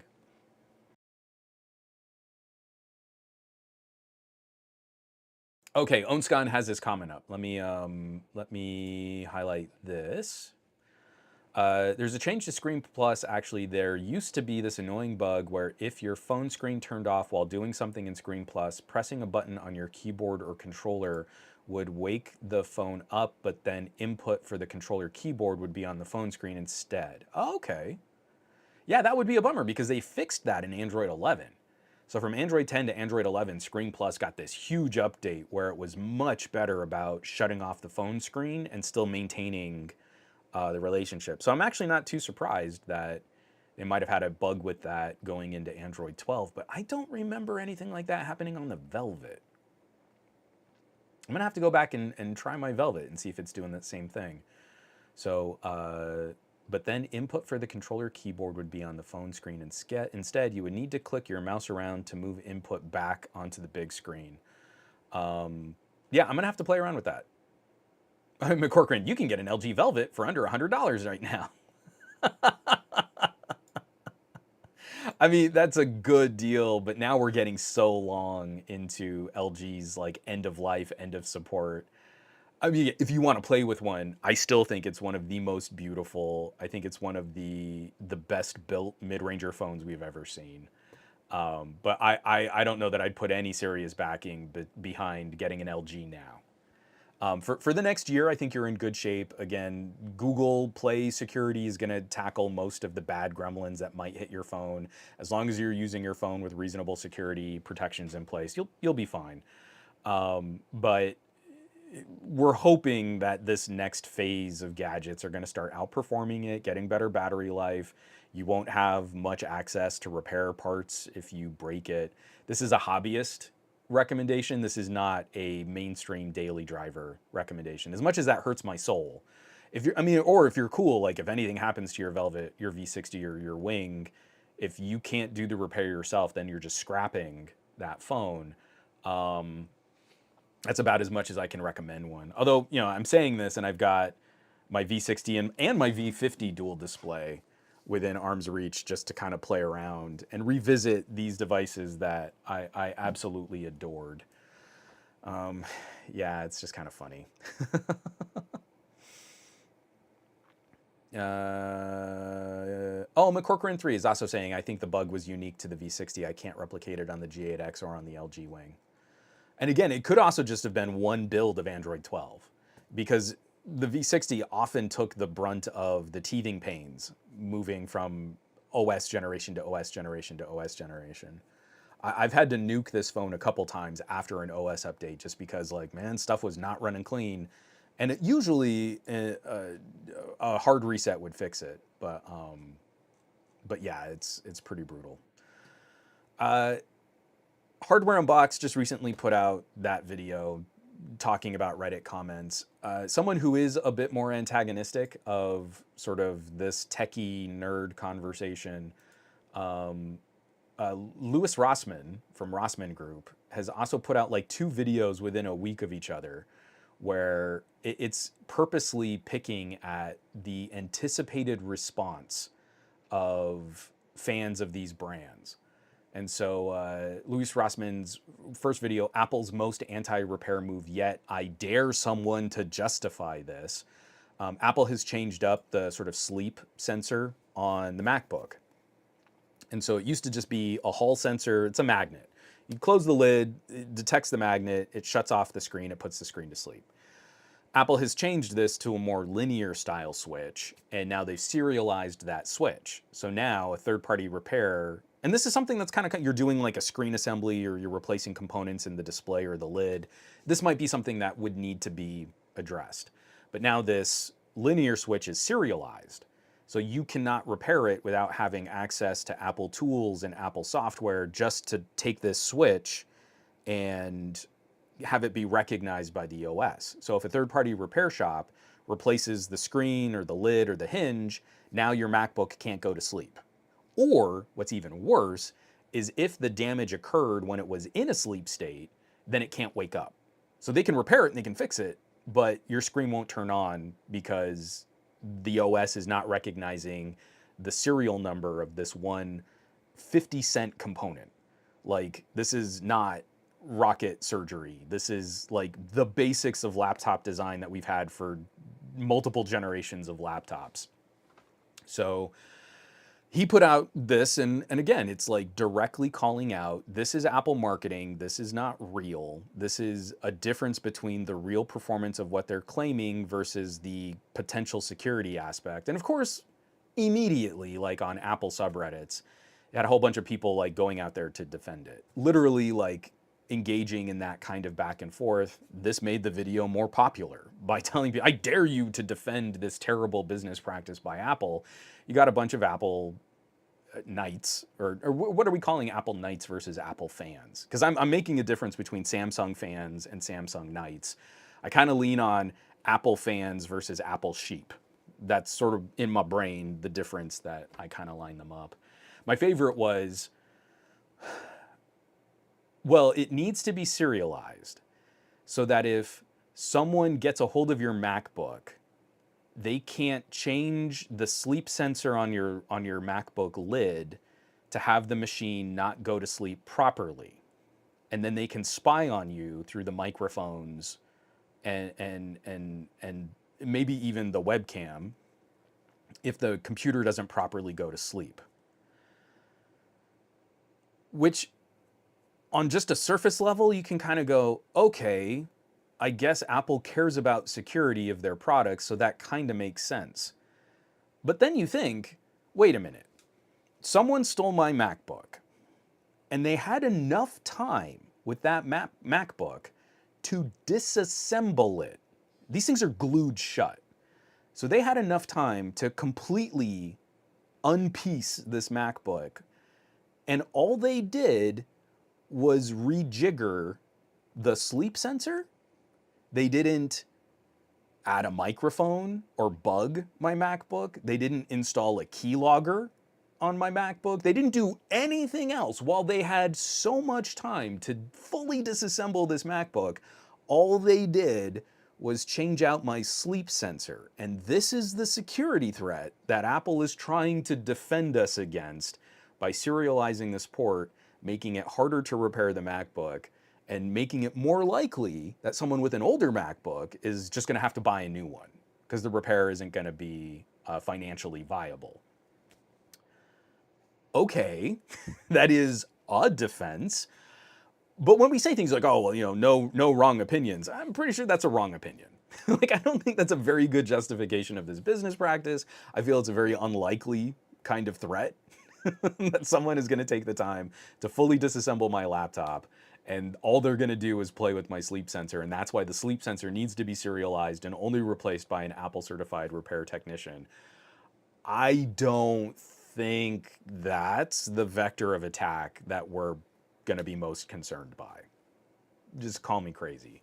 So Luis Rossmann put out this video, lots of angry engagement, lots of really hateful comments. I was kind of scanning through the Apple subreddits where usually they're just sort of over Rossmann. But again, you got to that same point.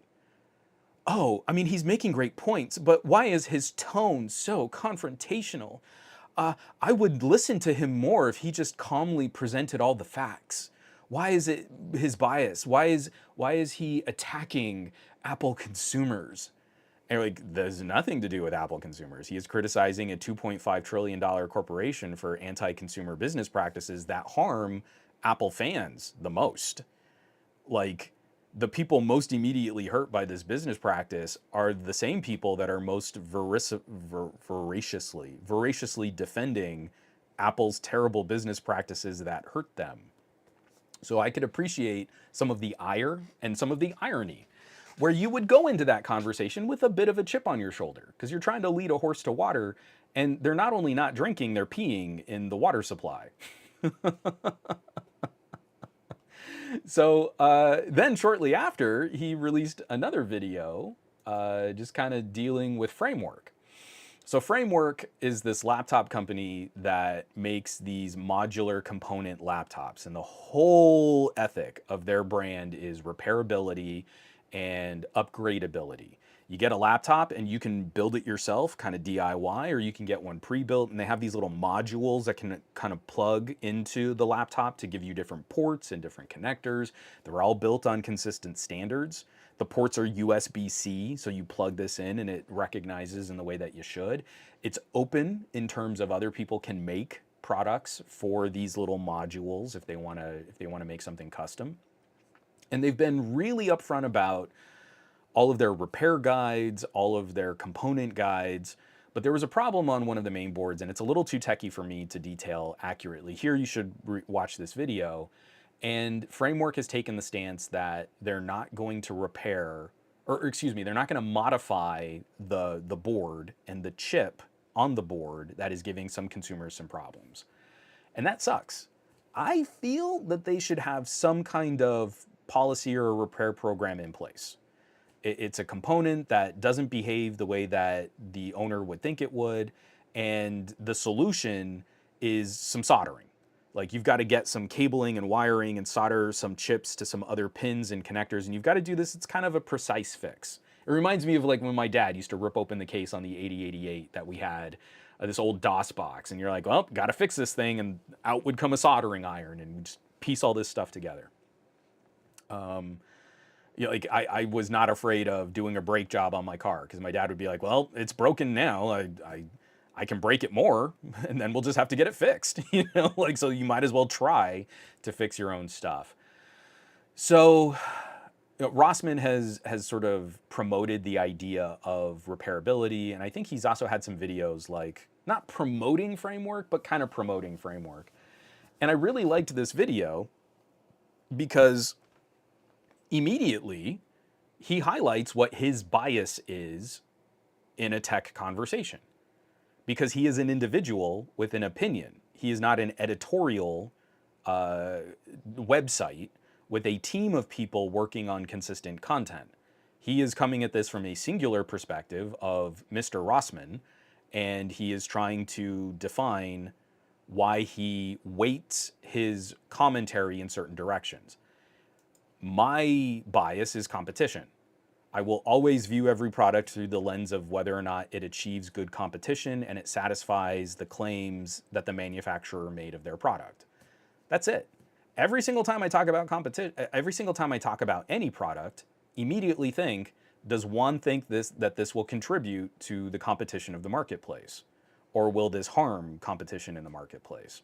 And you can predict like 90% of the outcomes of my reviews if you know what my bias is. But then you also know whether or not you care about that. If you don't care about competition in the tech space, you can safely stay away from my videos. Like, you don't have to do this dance with me. I've been upfront about what I care about. And Rossmann in this video does the same thing. I have a bias because I am a human and I care about this. And now it's up to you to decide whether or not you care about that. And I thought it was also kind of an interesting, sort of like in the Hardware Unboxed conversation, a lot of people going out there and saying like, Framework is doing the exact same thing as Apple. They're not going to fix one of their problems, and now we need to do a class action lawsuit. And I think Rossmann rightfully says like, hey, I think Framework should fix this, but this is not like Apple at all. They are acknowledging the problem. They're showing people detailed schematics of how to fix the problem. They have hands-on user guides for how to address the problem. And this is also data that you could take to a repair shop if you're not able to do that kind of soldering. You can talk to a repair shop that you trust, and they can do that kind of soldering. I still feel, and I think Rossmann would agree, I still feel Framework should have an in-house solution. That someone could send a laptop to them, maybe pay some kind of nominal fee for this modification. And they're being really cagey. It's not really a repair. It's more of a modification to the board. It's still operating within their detailed, through the tolerances that they initially detailed. But that this is an issue that some consumers might run into. So they're not calling it like, what do you call that? When you have to return a product because it's faulty from the manufacturer. Recall. They're not calling it a recall. They're calling it, this is a potential modification that you might want to do on your system. That's marketing speak. But this is also a tiny little upstart of a laptop manufacturing company, not the same as a $2.5 trillion organization like Apple. So less than great, but still better than what Apple's doing with the MacBook, at least giving you the knowledge and the information that you would need to correct this info. So same thing, this is a 21-minute video where about half of it is Rossmann detailing why he approaches conversations in a specific way, why there's nuance in why he values some things over others, and then also like how this is unique or different from some of the other claims made by angry people on Reddit. And you're like, yeah, that makes sense. You need to be able to kind of address all of these different topics, and the flavor and the color and the tiny little details on all of that matter. So again, it's just like this is constantly sort of in the air right now. And for Rossman, because he does lean into more of the controversy, he's got an attitude. He likes to be very aggressive in his presentation. He's very passionate about right to repair. And if there's anything that kind of counteracts that, you better have data, because he's going to savage you and he's going to ridicule you for having a bad take on right to repair, deservedly. But even he is now falling into the same trap that I think I have, where if I make a video about something, if I make a video about Motorola Ready 4, I have to anticipate the reaction of Samsung Knights. And if I build into my video data that cuts off bad faith comments on my YouTube video into the video, then Samsung Knights have nowhere to go but clutching their pearls and complaining about my tone. And I get that a lot. Oh, I mean, Juan makes a good point, but I don't know that I can really listen to him if he's always gonna have that tone. Why has he gotta be so mean? So like, wait a minute. I can pull out all this data and you're telling me you're gonna support terrible business practices from companies that are abusing you because I was a little mean to the billion-dollar corporation? Okay, you go do whatever justified you're needing to live that way. You go on right ahead.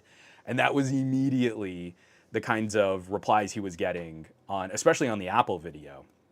Because you had a bunch of people like, well, no, there's a really good reason why Apple would have to serialize this part for security. Apple is super insane about OPSEC. A bunch of people throwing around like abbreves that they didn't really know anything about. And so you would get through all of this, and he addresses all of that in the video, and you get to the end, and you're like, I mean, yeah, but he's just so insufferable. His tone. I don't understand why he has to have this tone on every video. And you're like, because we're watching this industry crash and burn. And because we're watching terrible things happen. And we're gonna lose. I'm not lumping myself in with Rossman because he's got 1.7 million subscribers and I have 150,000. But I feel of a similar frustration to Louis Rossman, and I'm pretty confident I'm gonna lose. My vision of open, broad standards, repairability, competition, net neutrality, and broadband distribution is not going to win. I'm pretty confident we're on a train right now, and these are not the tracks we want to be on. I hope I'm wrong, and I'm not going to help contribute to bad business decisions that I see, but I don't see any data suggesting that we can walk this back without a significant market collapse. And I don't want that. I think that will be bad and hurt a lot of people. I think that would be the worst way we could arrive at some kind of reform. I would like us to reform before we get to total collapse of the consumer space for hobbyist technologies that I'm a fan of. But I don't see any other way out, because I don't have $1 billion a year to spend on messaging to counteract the most harmful aspects of marketing from companies that profit from these types of bad business decisions. And they have an entrenched army of people that sort of define their personality and their self-worth through what label is on their products. So I can't fight that because that's not rational. I can't deliver good information just with the facts, because if I just lay out a good argument, that's not enough, because then they'll just call me a shill. Like the information will just bounce off of them. The second you run into someone, you're like, I have a problem with this. I don't know I've ever seen problems with that kind of stuff. Do you have links? Can you back it up? And then you dump a whole bunch of links on them, and then they're like, oh, but all of that's just people whining. And they'll just casually hand wave it away. This is like the worst kind of social media debate tactic, where it's just about exhausting the person who has a legitimate grievance or a legitimate criticism with making them do all this legwork to pull up data to satisfy your irrational love of the brand, and then they never acknowledge that there could be a problem. So you've exhausted that person, you've pissed them off, and you get to go skipping along on your merry way, trolling, la la la la la la la la la. So yeah. It's pretty rough.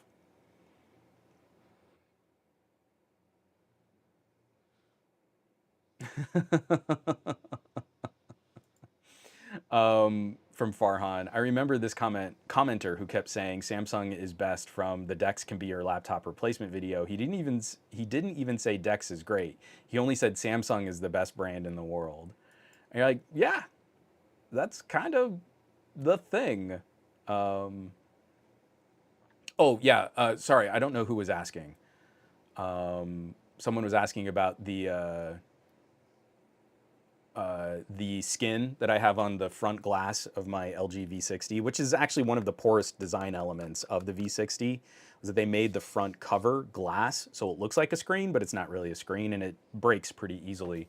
Uh, Andrew Wallace, Fat Produce in the chat right now, helped me find a template, and he was kind enough to have someone cut out the vinyl. So it's a skin just like a D brand or Extreme Skins or something like that. But it was him. He helped me kind of hook that up.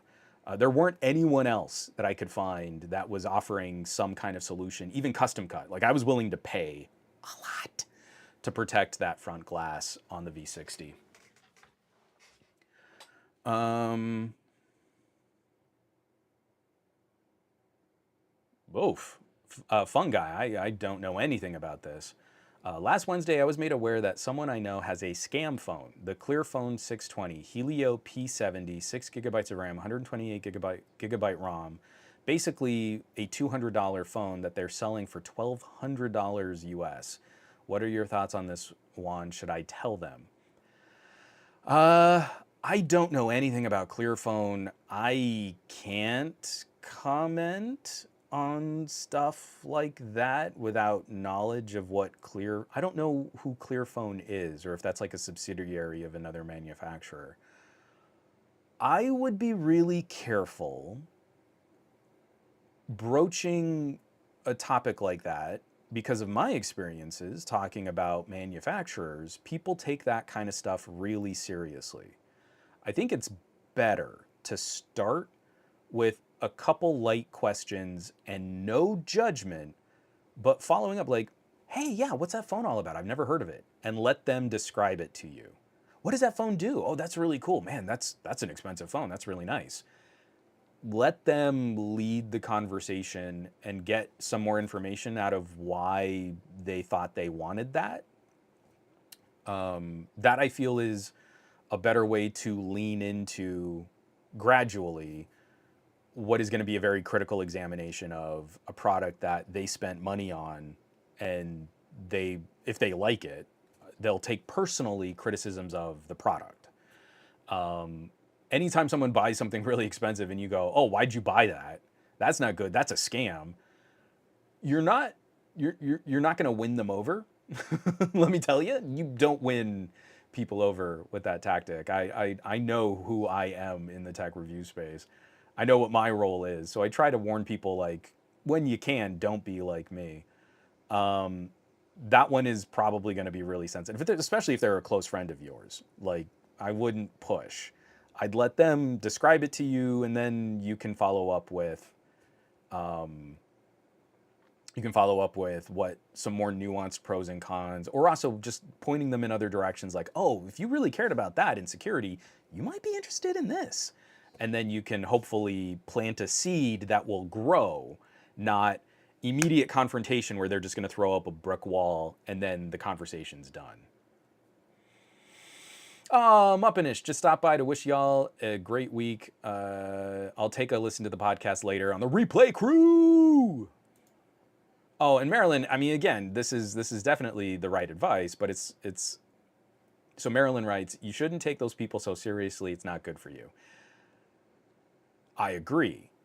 But my problem is they are inescapable and they are harming a hobby that I've been passionate about since I was able to steal my mom's scientific calculator. Mobility and mobile computing is my passion. And they are making my hobby worse for their involvement, and they're scaring other people away from my hobby. And it's a little like you got to draw lines in the sand somewhere. You can tell a kid like, oh, well, someone who's mistreating you and bullying you, they're not your friend. And the kid's going to go, yeah, I know, they're bullying me in school. And after a point, the bullying gets to such a level that some reaction or response is warranted. And you just hope to end run the bullies in a way that can still maintain some of the love of the hobby that you have. And that's what I think so many of these channels are trying to address. In a time of video performance suffering, fewer people are watching these kinds of videos. Consumers are burnt out from 2 years of global pandemic, work from home, adopting new tech, buying laptops, trying to upgrade computers, getting web cameras, seeing all of this stack and stack and stack. The people who should be the brightest shining examples, the best ambassadors of all of this, unfortunately, the loudest members of these communities are the worst, most toxic individuals to interact with. And if we can't help people find alternatives and find better information that will really suit their needs, then we've lost them. And actually, I think we already kind of have. I don't think we're winning back consumer hearts and minds as tech fans. Like, I don't think that's going to happen.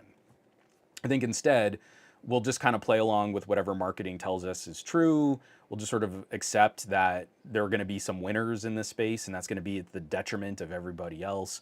And eventually, the bottom just falls out. And what was the shining love and joy of our hobby is gonna just kind of degrade and kind of fall apart.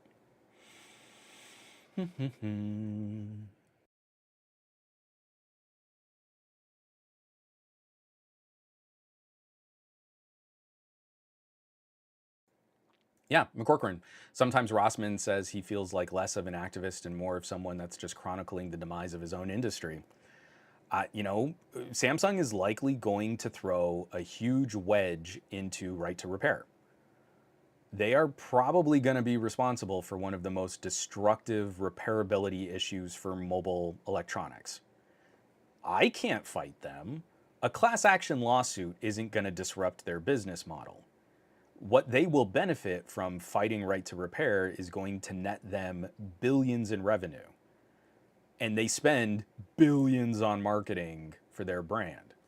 So if you run a little third-party repair shop and you organize a whole bunch of other repair shops and you really try to fight this state by state, legislature by legislature, and eventually claw your way into some kind of watered down token effort right to repair legislation backed by the FTC in the United States, Samsung's going to roll all over you. And they'll roll all over you with millions of dollars spent on lawyers because this business practice will net them billions of dollars in revenue. And even if they are tagged for anti-consumer behavior, they'll face fines of millions of dollars on business practices that net them billions in profit.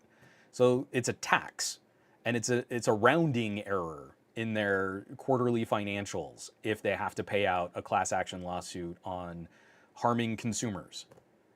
Because we don't have real regulators in place that can address this, and consumer behavior isn't going to change. So where do we go? We're angry on YouTube. That's really all we have left. I mean, I'm going to go to city council meetings, and I'm going to go to local and state government offices, and I'm going to write letters, and I'm going to send info to the FTC. I'm going to take some time out of my life to try, but let's not imagine for a second that my efforts in writing my elected officials and my senators and my Congress members is really going to alter the direction of Apple at $2.5 trillion market cap. Like, nah, that's not going to be a thing. Right now, the Apple Watch should be getting pulled off of store shelves. Apple stole technology and put it in the Apple Watch and sold that watch at scale. Our court already came back and said, yes, you stole this IP. And what are our lawyers and judges doing? They're now trying to decide if stealing that IP was really theft. But could you really put a patent on this kind of technology? Really? Just because you invented it first, does that mean you can patent that kind of technology? So now, the company that made that technology is hemorrhaging money. They're not getting money for their investments, for their infrastructure, for their inventions. They're having to spend on lawyers to go to court against Apple, and our courts are just kind of spinning their wheels. Yes, they absolutely stole this technology from this little company. This little startup company invented something that is now a crucial part of your Apple Watch. But do they really deserve to get paid for that? Can you really patent Apple Watch technology? Apple put it in the watch and sold it at scale. So, I mean, that would be bad for Apple if we had to take the Apple Watch off store shelves. So now we really got to ask ourselves, but what's going to be better for Apple? So now you've lost this little company. They're not going to invent anything new. They're not going to contribute to this landscape. They're not going to produce anything. They're literally sitting in courtrooms trying to fight for the acknowledgement of what they created, while our courts are trying to redefine patent law to the benefit of Apple. So that's bad. That puts us in a situation where, like McCorcoran was saying, we're just watching the downward spiral of so many of these industries. As one more little potential bummer, but I hope everybody here can go and send him some love. This actually kind of happened during last week's podcast, and I wasn't really able in the podcast to watch the video and kind of comment on it. So I'm revisiting it now. You know, we saw Hardware Unboxed having to deal with trolls and really toxic comments from enthusiasts on Reddit. We're seeing Louis Rossmann anticipating the bad faith arguments of people in comments and putting those in his videos, and then getting called out for his tone. He predicted what I was going to argue about. So now I don't have anything to argue about. So I'm just going to complain about his tone. I mean, he's right, but my pearls are clutched right now because he said it in an aggressive way. He was a meanie. Another aspect of all of this tech and creator burnout. We talked a couple weeks ago about GameSky. I keep wanting to say GameSky. I read it once in my brain, Gamesky, and in my brain, it just became GameSky. I don't think he's Russian. It's just what my brain did with a weird sort of Slavic twist on his YouTube channel name. And I watch a ton of his videos, and I can't make my brain say GameSky. He is stepping away from sort of the bulk of the YouTube content and the YouTube videos that he's been putting out.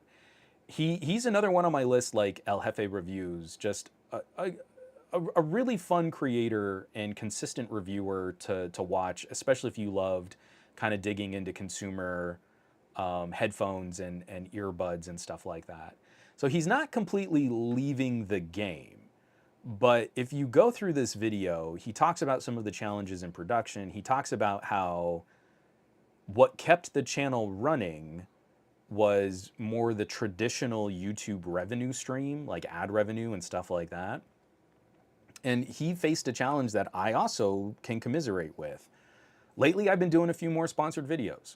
They take up substantially more time than my normal slate of phone reviews. You're getting fewer phone reviews out of me because I have to find ways of subsidizing the production on this channel. There's the Patreon, there's YouTube ad revenue, and then there are sponsored videos. In the direction that I kind of want to start focusing on lifestyle technology, those sponsored reviews, they're not sponsored reviews, those sponsored videos make a lot of sense. I want to talk about lifestyle, I want to talk about activity, I want to talk about urban mobilization, I want to talk about reducing our use of fossil fuels, I want to talk about more sustainability. Giant batteries, e-bikes, scooters. These things are now appealing to me and wanting to create a better world for my daughter, right? Less pollution, more reliance on smarter technologies, more localized for cities. I want to start talking to our city council, planning for better bike lanes and things like that. I want to be involved and I want to be active because I don't want to leave this world worse for my daughter than how I found it. But that kind of shifts us away from just talking about phones. I'm not going to make as many in-depth phone review videos because, let me tell you, making a video about an e-bike takes a lot more production time than making a video about a phone. Like your B-roll shots alone are an order of magnitude more complicated. I'm sorry, this segment of the podcast is not about me, it's about GameSky. GameSky. Can't say it properly.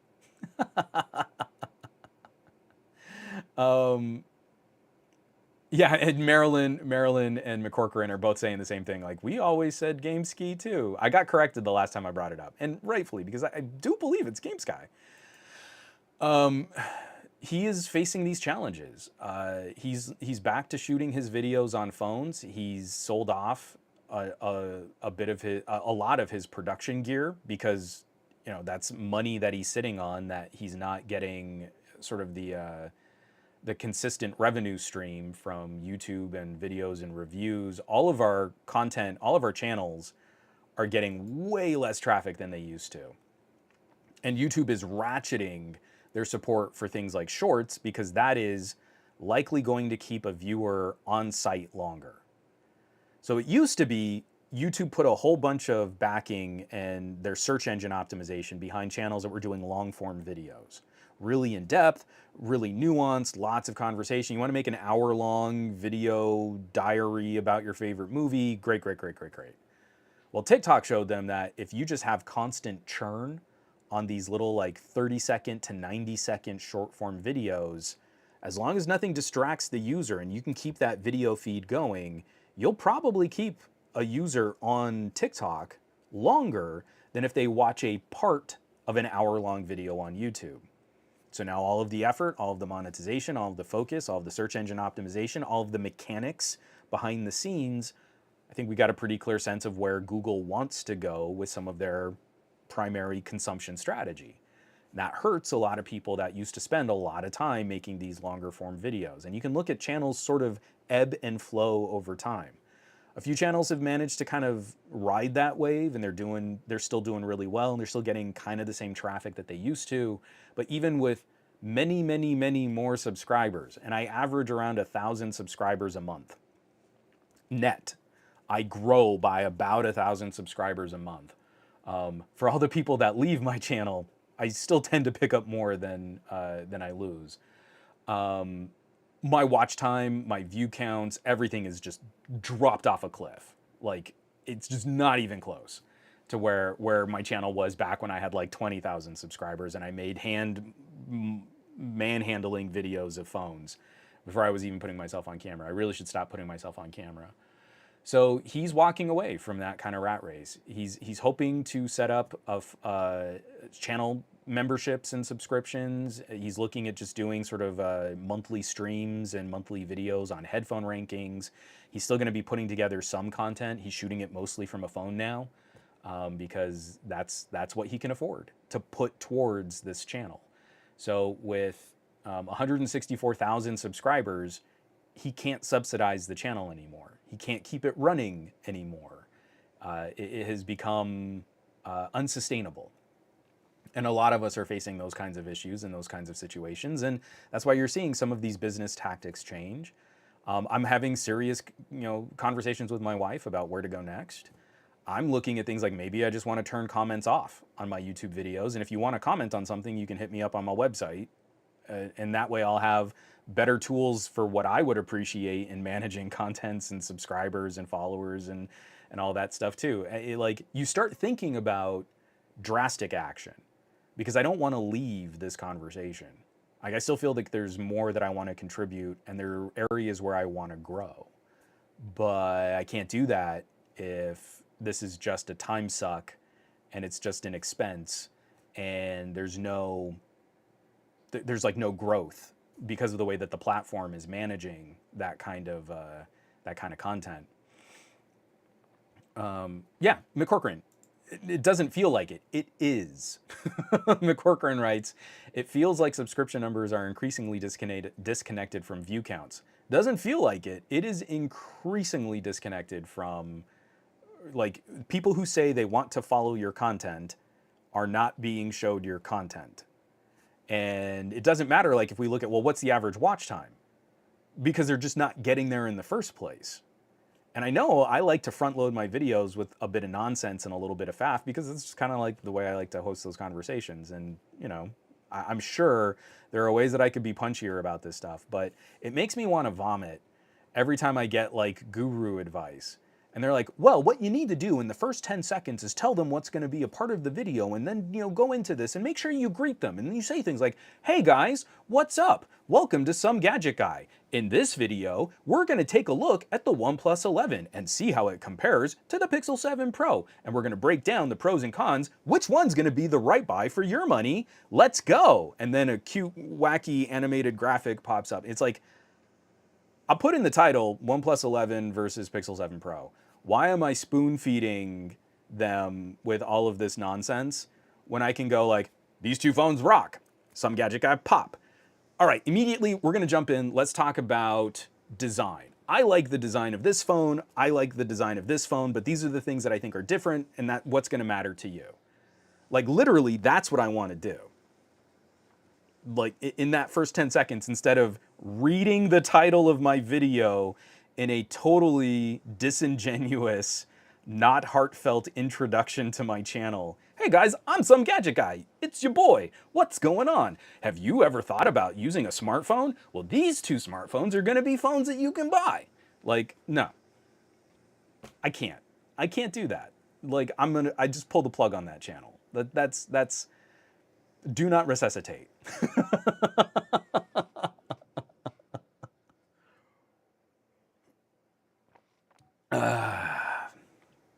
Simon says, Hypno asks, how have the view counts been on your shorts? I mean, not bad. Some of the viewer Q&A Patreons are like kind of in the same ballpark as my longer form videos. A few of the tutorial shorts have done pretty well. Like I've got a couple shorts that have hit like 100,000 views. So like that's fine. But none of that really contributes to channel brand. So if I put out a really good tutorial on how to do something on an Android phone and it gets 150,000 views, no one comes back to that channel because it was just a part of a feed. You're just scrolling through and through and through and through and through. And maybe you searched for how to do this thing on an Android and you found my video that way. But there's almost no engagement beyond that short. People don't come back to the channel. There's no investment in the conversation. They don't understand what my channel is about for long form conversations. None of that sticks.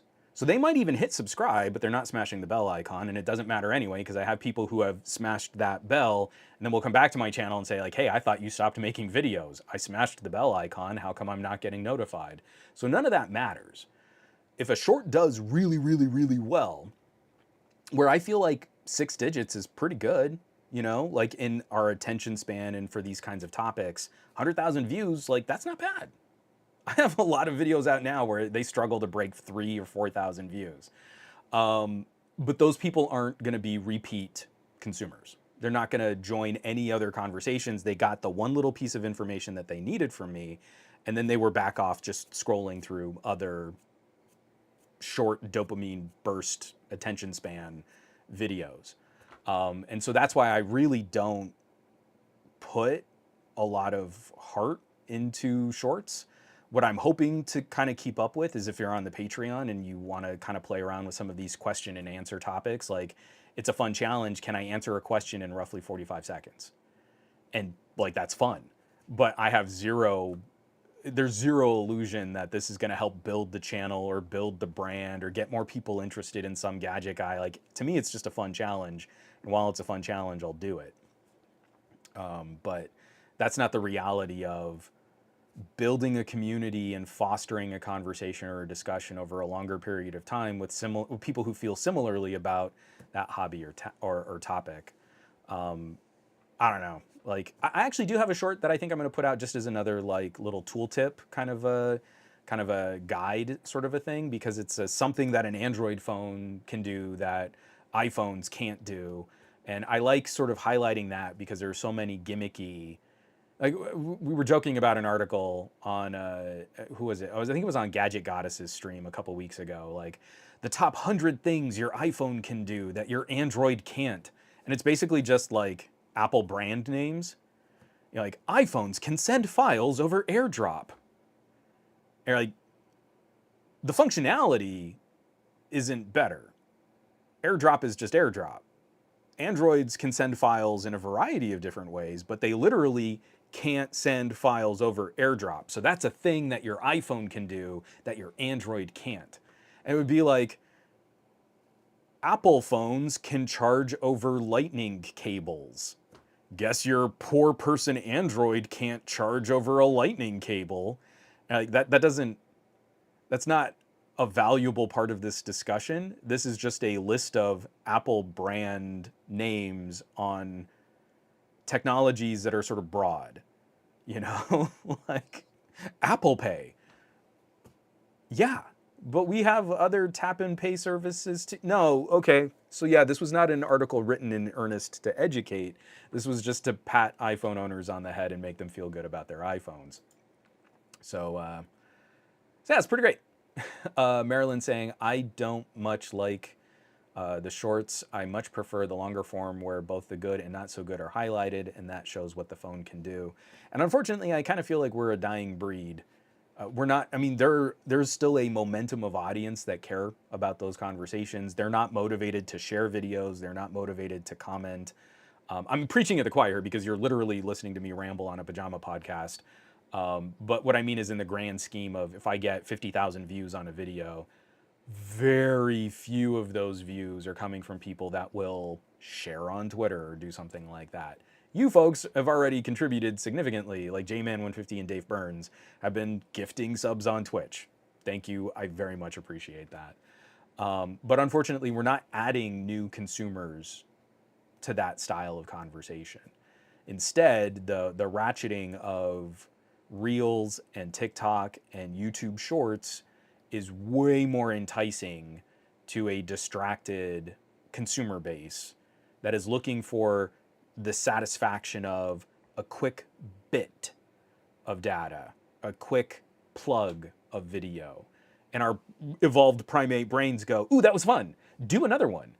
And then that keeps them on the hook for much, much longer. It's kind of like slot machine mechanics in a way. You never know what you're going to get. It's like a box of chocolates. But they're not investing in the creators as much as they're investing in the stream of the platform.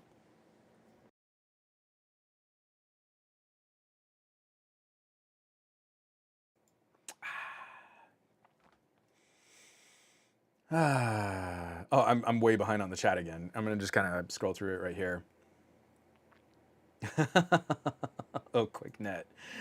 I don't think we have time to get back into that one. QuickNet writes, I loved hearing you talk about RCS as well. The green bubble bullying adults baffle me and boils my blood. And that to me is a function of Apple sheep marketing. Apple fans don't care because they're talking to me in a text message, right? It's like you shrug and you go, oh, that's stupid. I got a text reply that you liked my image. Whatever. The main point of this conversation was this, not whether or not a green bubble popped up on my phone. That's an Apple fan. They like their iPhone, but they can shrug off some of the annoying aspects of trying to do cross-platform communications. It's the Apple sheep who can't help but comment on something sullying the experience of their iPhone because their iPhone just works, even though it doesn't because they're the one that has the problem. So, yeah. I mean, that kind of sucks. Ooh, McCorcoran, that could be kind of fun. McCorcoran says, that would be a good use of AI. Replace clickbait with an actual summary of what's in a video. That would be a really cool Firefox add-on. So you go to YouTube and there are all these shocked thumbnails and you kind of hover and a tooltip pops up from a chat GPT style AI bot and it says, in this video, they talk about these things. And that's different than what the title of the video was. In this video, they say they're leaving Samsung forever. But in the video, this was a lie. I would absolutely install that. I do not have the programming expertise. I tap out at writing prisoner dilemma code for C++. So I don't think I can pull off a chat GPT style bot plugin that can decipher clickbait in YouTube videos. But I hope someone out there can reasonably pull something like that off. So, you know, that'd be pretty cool. Um, Corcoran, yeah, it would be really cool if they added the snark like that too under the extension. So that was a lie. Well, folks, we've definitely gone over our normal 2 hours. I haven't stuck a landing on this for a while. Uh, yeah, I, I want us to kind of embrace, like, we need to do a better job of airing the dirty laundry. We need to do a better job of communicating the challenges of our hobby, of our enthusiasm, of what we enjoy about this, especially for the spectator sport that it's become. But it's like, man, it's everything we can do to help kind of find the thread of fun amidst all of this drama and chaos. And I'm not one to sit back and say, whoa, I mean, that's just your opinion, and your opinion is different than my opinion, and can't we all just get along? Because I feel one of the most destructive aspects of all of this. You know, like, I used to be a part of a debate team called Future Problem Solvers in high school. And we were actually like state ranked and we competed internationally. And the whole thing was you were presented a scenario and you would try to not only determine what some of the problems in that scenario would be, but then also you would try and see what was the core problem. What was like the one symptom that was actually the disease? And then from there, you would base your fixes on this for what that core disease was. It really reshaped how I thought about debate, and it really tweaked how I would try to problem solve situations. So, for example, you know, like the severity of a problem with a Samsung phone adding teeth to an infant is different than the severity of an issue of Samsung lying about moon zoom.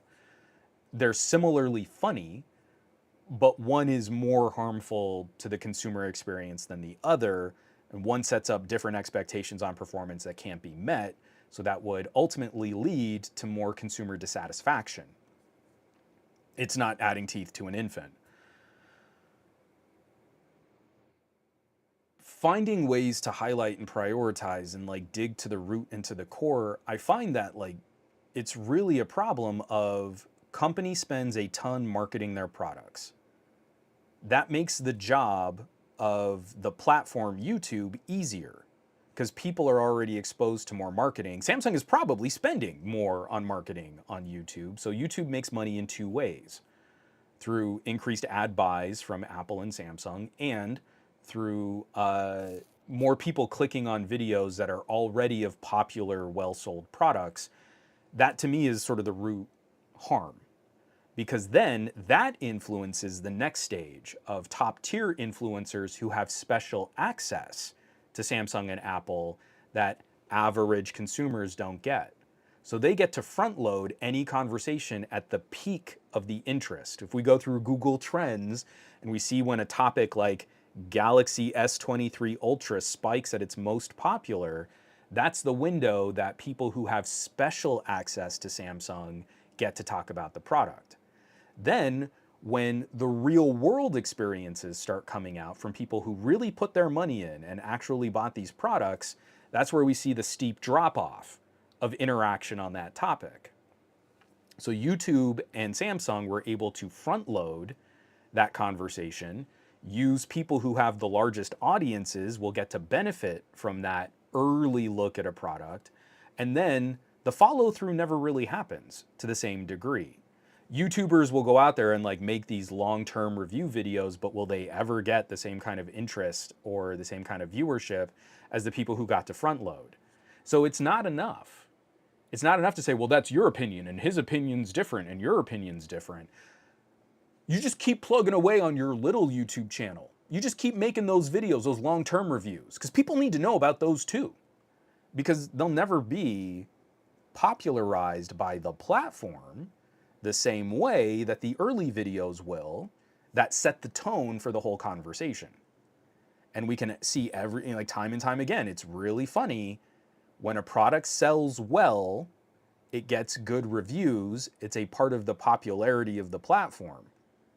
When a product is really, really good, but it doesn't sell as well, it immediately becomes a whipping boy. LG was a whipping boy, OnePlus became a whipping boy, Motorola is shrugged at and laughed at in most conversations about, oh, they still make phones? Sony still makes phones? And you get people that just sort of regurgitate truisms about those brands, but that's not what it's really like to use those phones. I mean, like my SIM card is back in the Moto Edge Plus, and it's surprisingly good. It's refined in a way that I was not expecting. It is my most improved phone of 2022 award now here in 2023. So that to me is the root harm. So we've got to go after that entrenched relationship between the manufacturer, the marketing, and the platform that benefits from the most aggressive spending on marketing. And if we can't do that first, then we'll never affect change with the top influencers and then improve the situation for the smaller sort of daily content creators too. So I hope you have a good week. Let me take a drink of water and then we're out. We'll bounce out.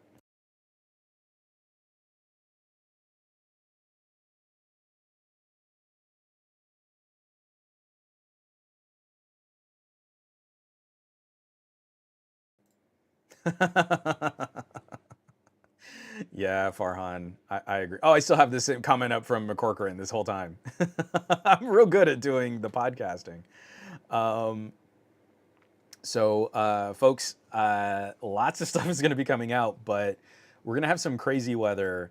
I've got a couple really big projects that I'm working on. I have a couple sponsored videos that I'm working on. And in keeping with some of that discussion that I was talking about earlier, some of the pivots for my channel, I'm finally looking at another segment for disaster prep tech. I'm finally looking at some of the upgrades to some of these systems that we've seen, like home battery technology and solar panel technology. And there's some fun things that are going to be coming up too. I am looking at pivoting on how I talk about phone after phone after phone after phone. And we've got some fun mid-rangers too. Like I've got a video that's going to be coming out soon. I've been spending a couple weeks with the new Vivo, the V27. So this is a great mid-range option. It looks a lot like an LG Velvet, so you can imagine how I might feel about the design of this phone. All of this stuff is going to be arriving. I don't know that all of this stuff is going to come to YouTube. And increasingly, I feel more of this stuff needs to go to written articles, goes to the Patreon, goes to somegadgetguy.com. And I feel like that's about where the most appropriate version of the long form conversation should go. If YouTube is going to ratchet for shorts, why should I make a 30-minute video? Or like with my OnePlus 11, I made 5 shorter videos so that people could pick and choose the parts that they wanted to watch. Those videos died on YouTube. Like what should have been kind of like a big push for a new phone, disruptive price point, off a cliff. Just terrible traffic on those videos. And like I put a lot of work on those. I put out 5 videos to try and make this easier. Not only didn't work, actively harmed my channel metrics. So moving forward, it's like I've got to make those adjustments and I've got to look at what really matters for the conversation. And it matters to me that I have all that data and that we have that long form conversation. So stay tuned, but I can't properly predict what this is going to look like over the next couple weeks, over the next couple months. It's probably going to get kind of funky. So I hope you're all along for the ride, because stuff's going to get weird. And I'm going to have more fun with stuff getting weird, even though I know it's not going to make any money at all. So that's going to be great. So have a great week. Stay tuned for all of the other channels that are putting out some fun stuff. Gadget Goddess streaming tomorrow. Easy Computer Solutions, I'm sure, is going to have a lot to say about the LG V60 update. I think iTalks Tech is going to be back on Thursday. TK and I are going to be streaming on Thursday. Friday should be LaShawn. Holla at your boy. Saturdays, El Jefe Reviews, I think, is Saturday? Is that when Jeff streams? And then Nomad Tech is on Sundays. I might have those wrong. Regardless, there's going to be a lot of really quality stuff going out, and I hope you can spend the time, and I hope you can invest in it, and I hope you can share it, and I hope you can support it, because yeah, it's getting pretty dicey out there. It's getting kind of rough. We've been talking about this all year, and it doesn't seem like we found good solutions to lay off or to ease up. So, have a phenomenal week. I want you to be awesome with your technology. I want you to do awesome with your technology. And I'll catch you back here next week for a proper episode of the Monday Morning Tech Chat Show with the news block and the gadget block and the subreddit plug. All that's going to be back on point for the beginning of April. And I'll catch you back. Be safe. Take care of yourself so you can take care of others. I'll catch you back. I love you all.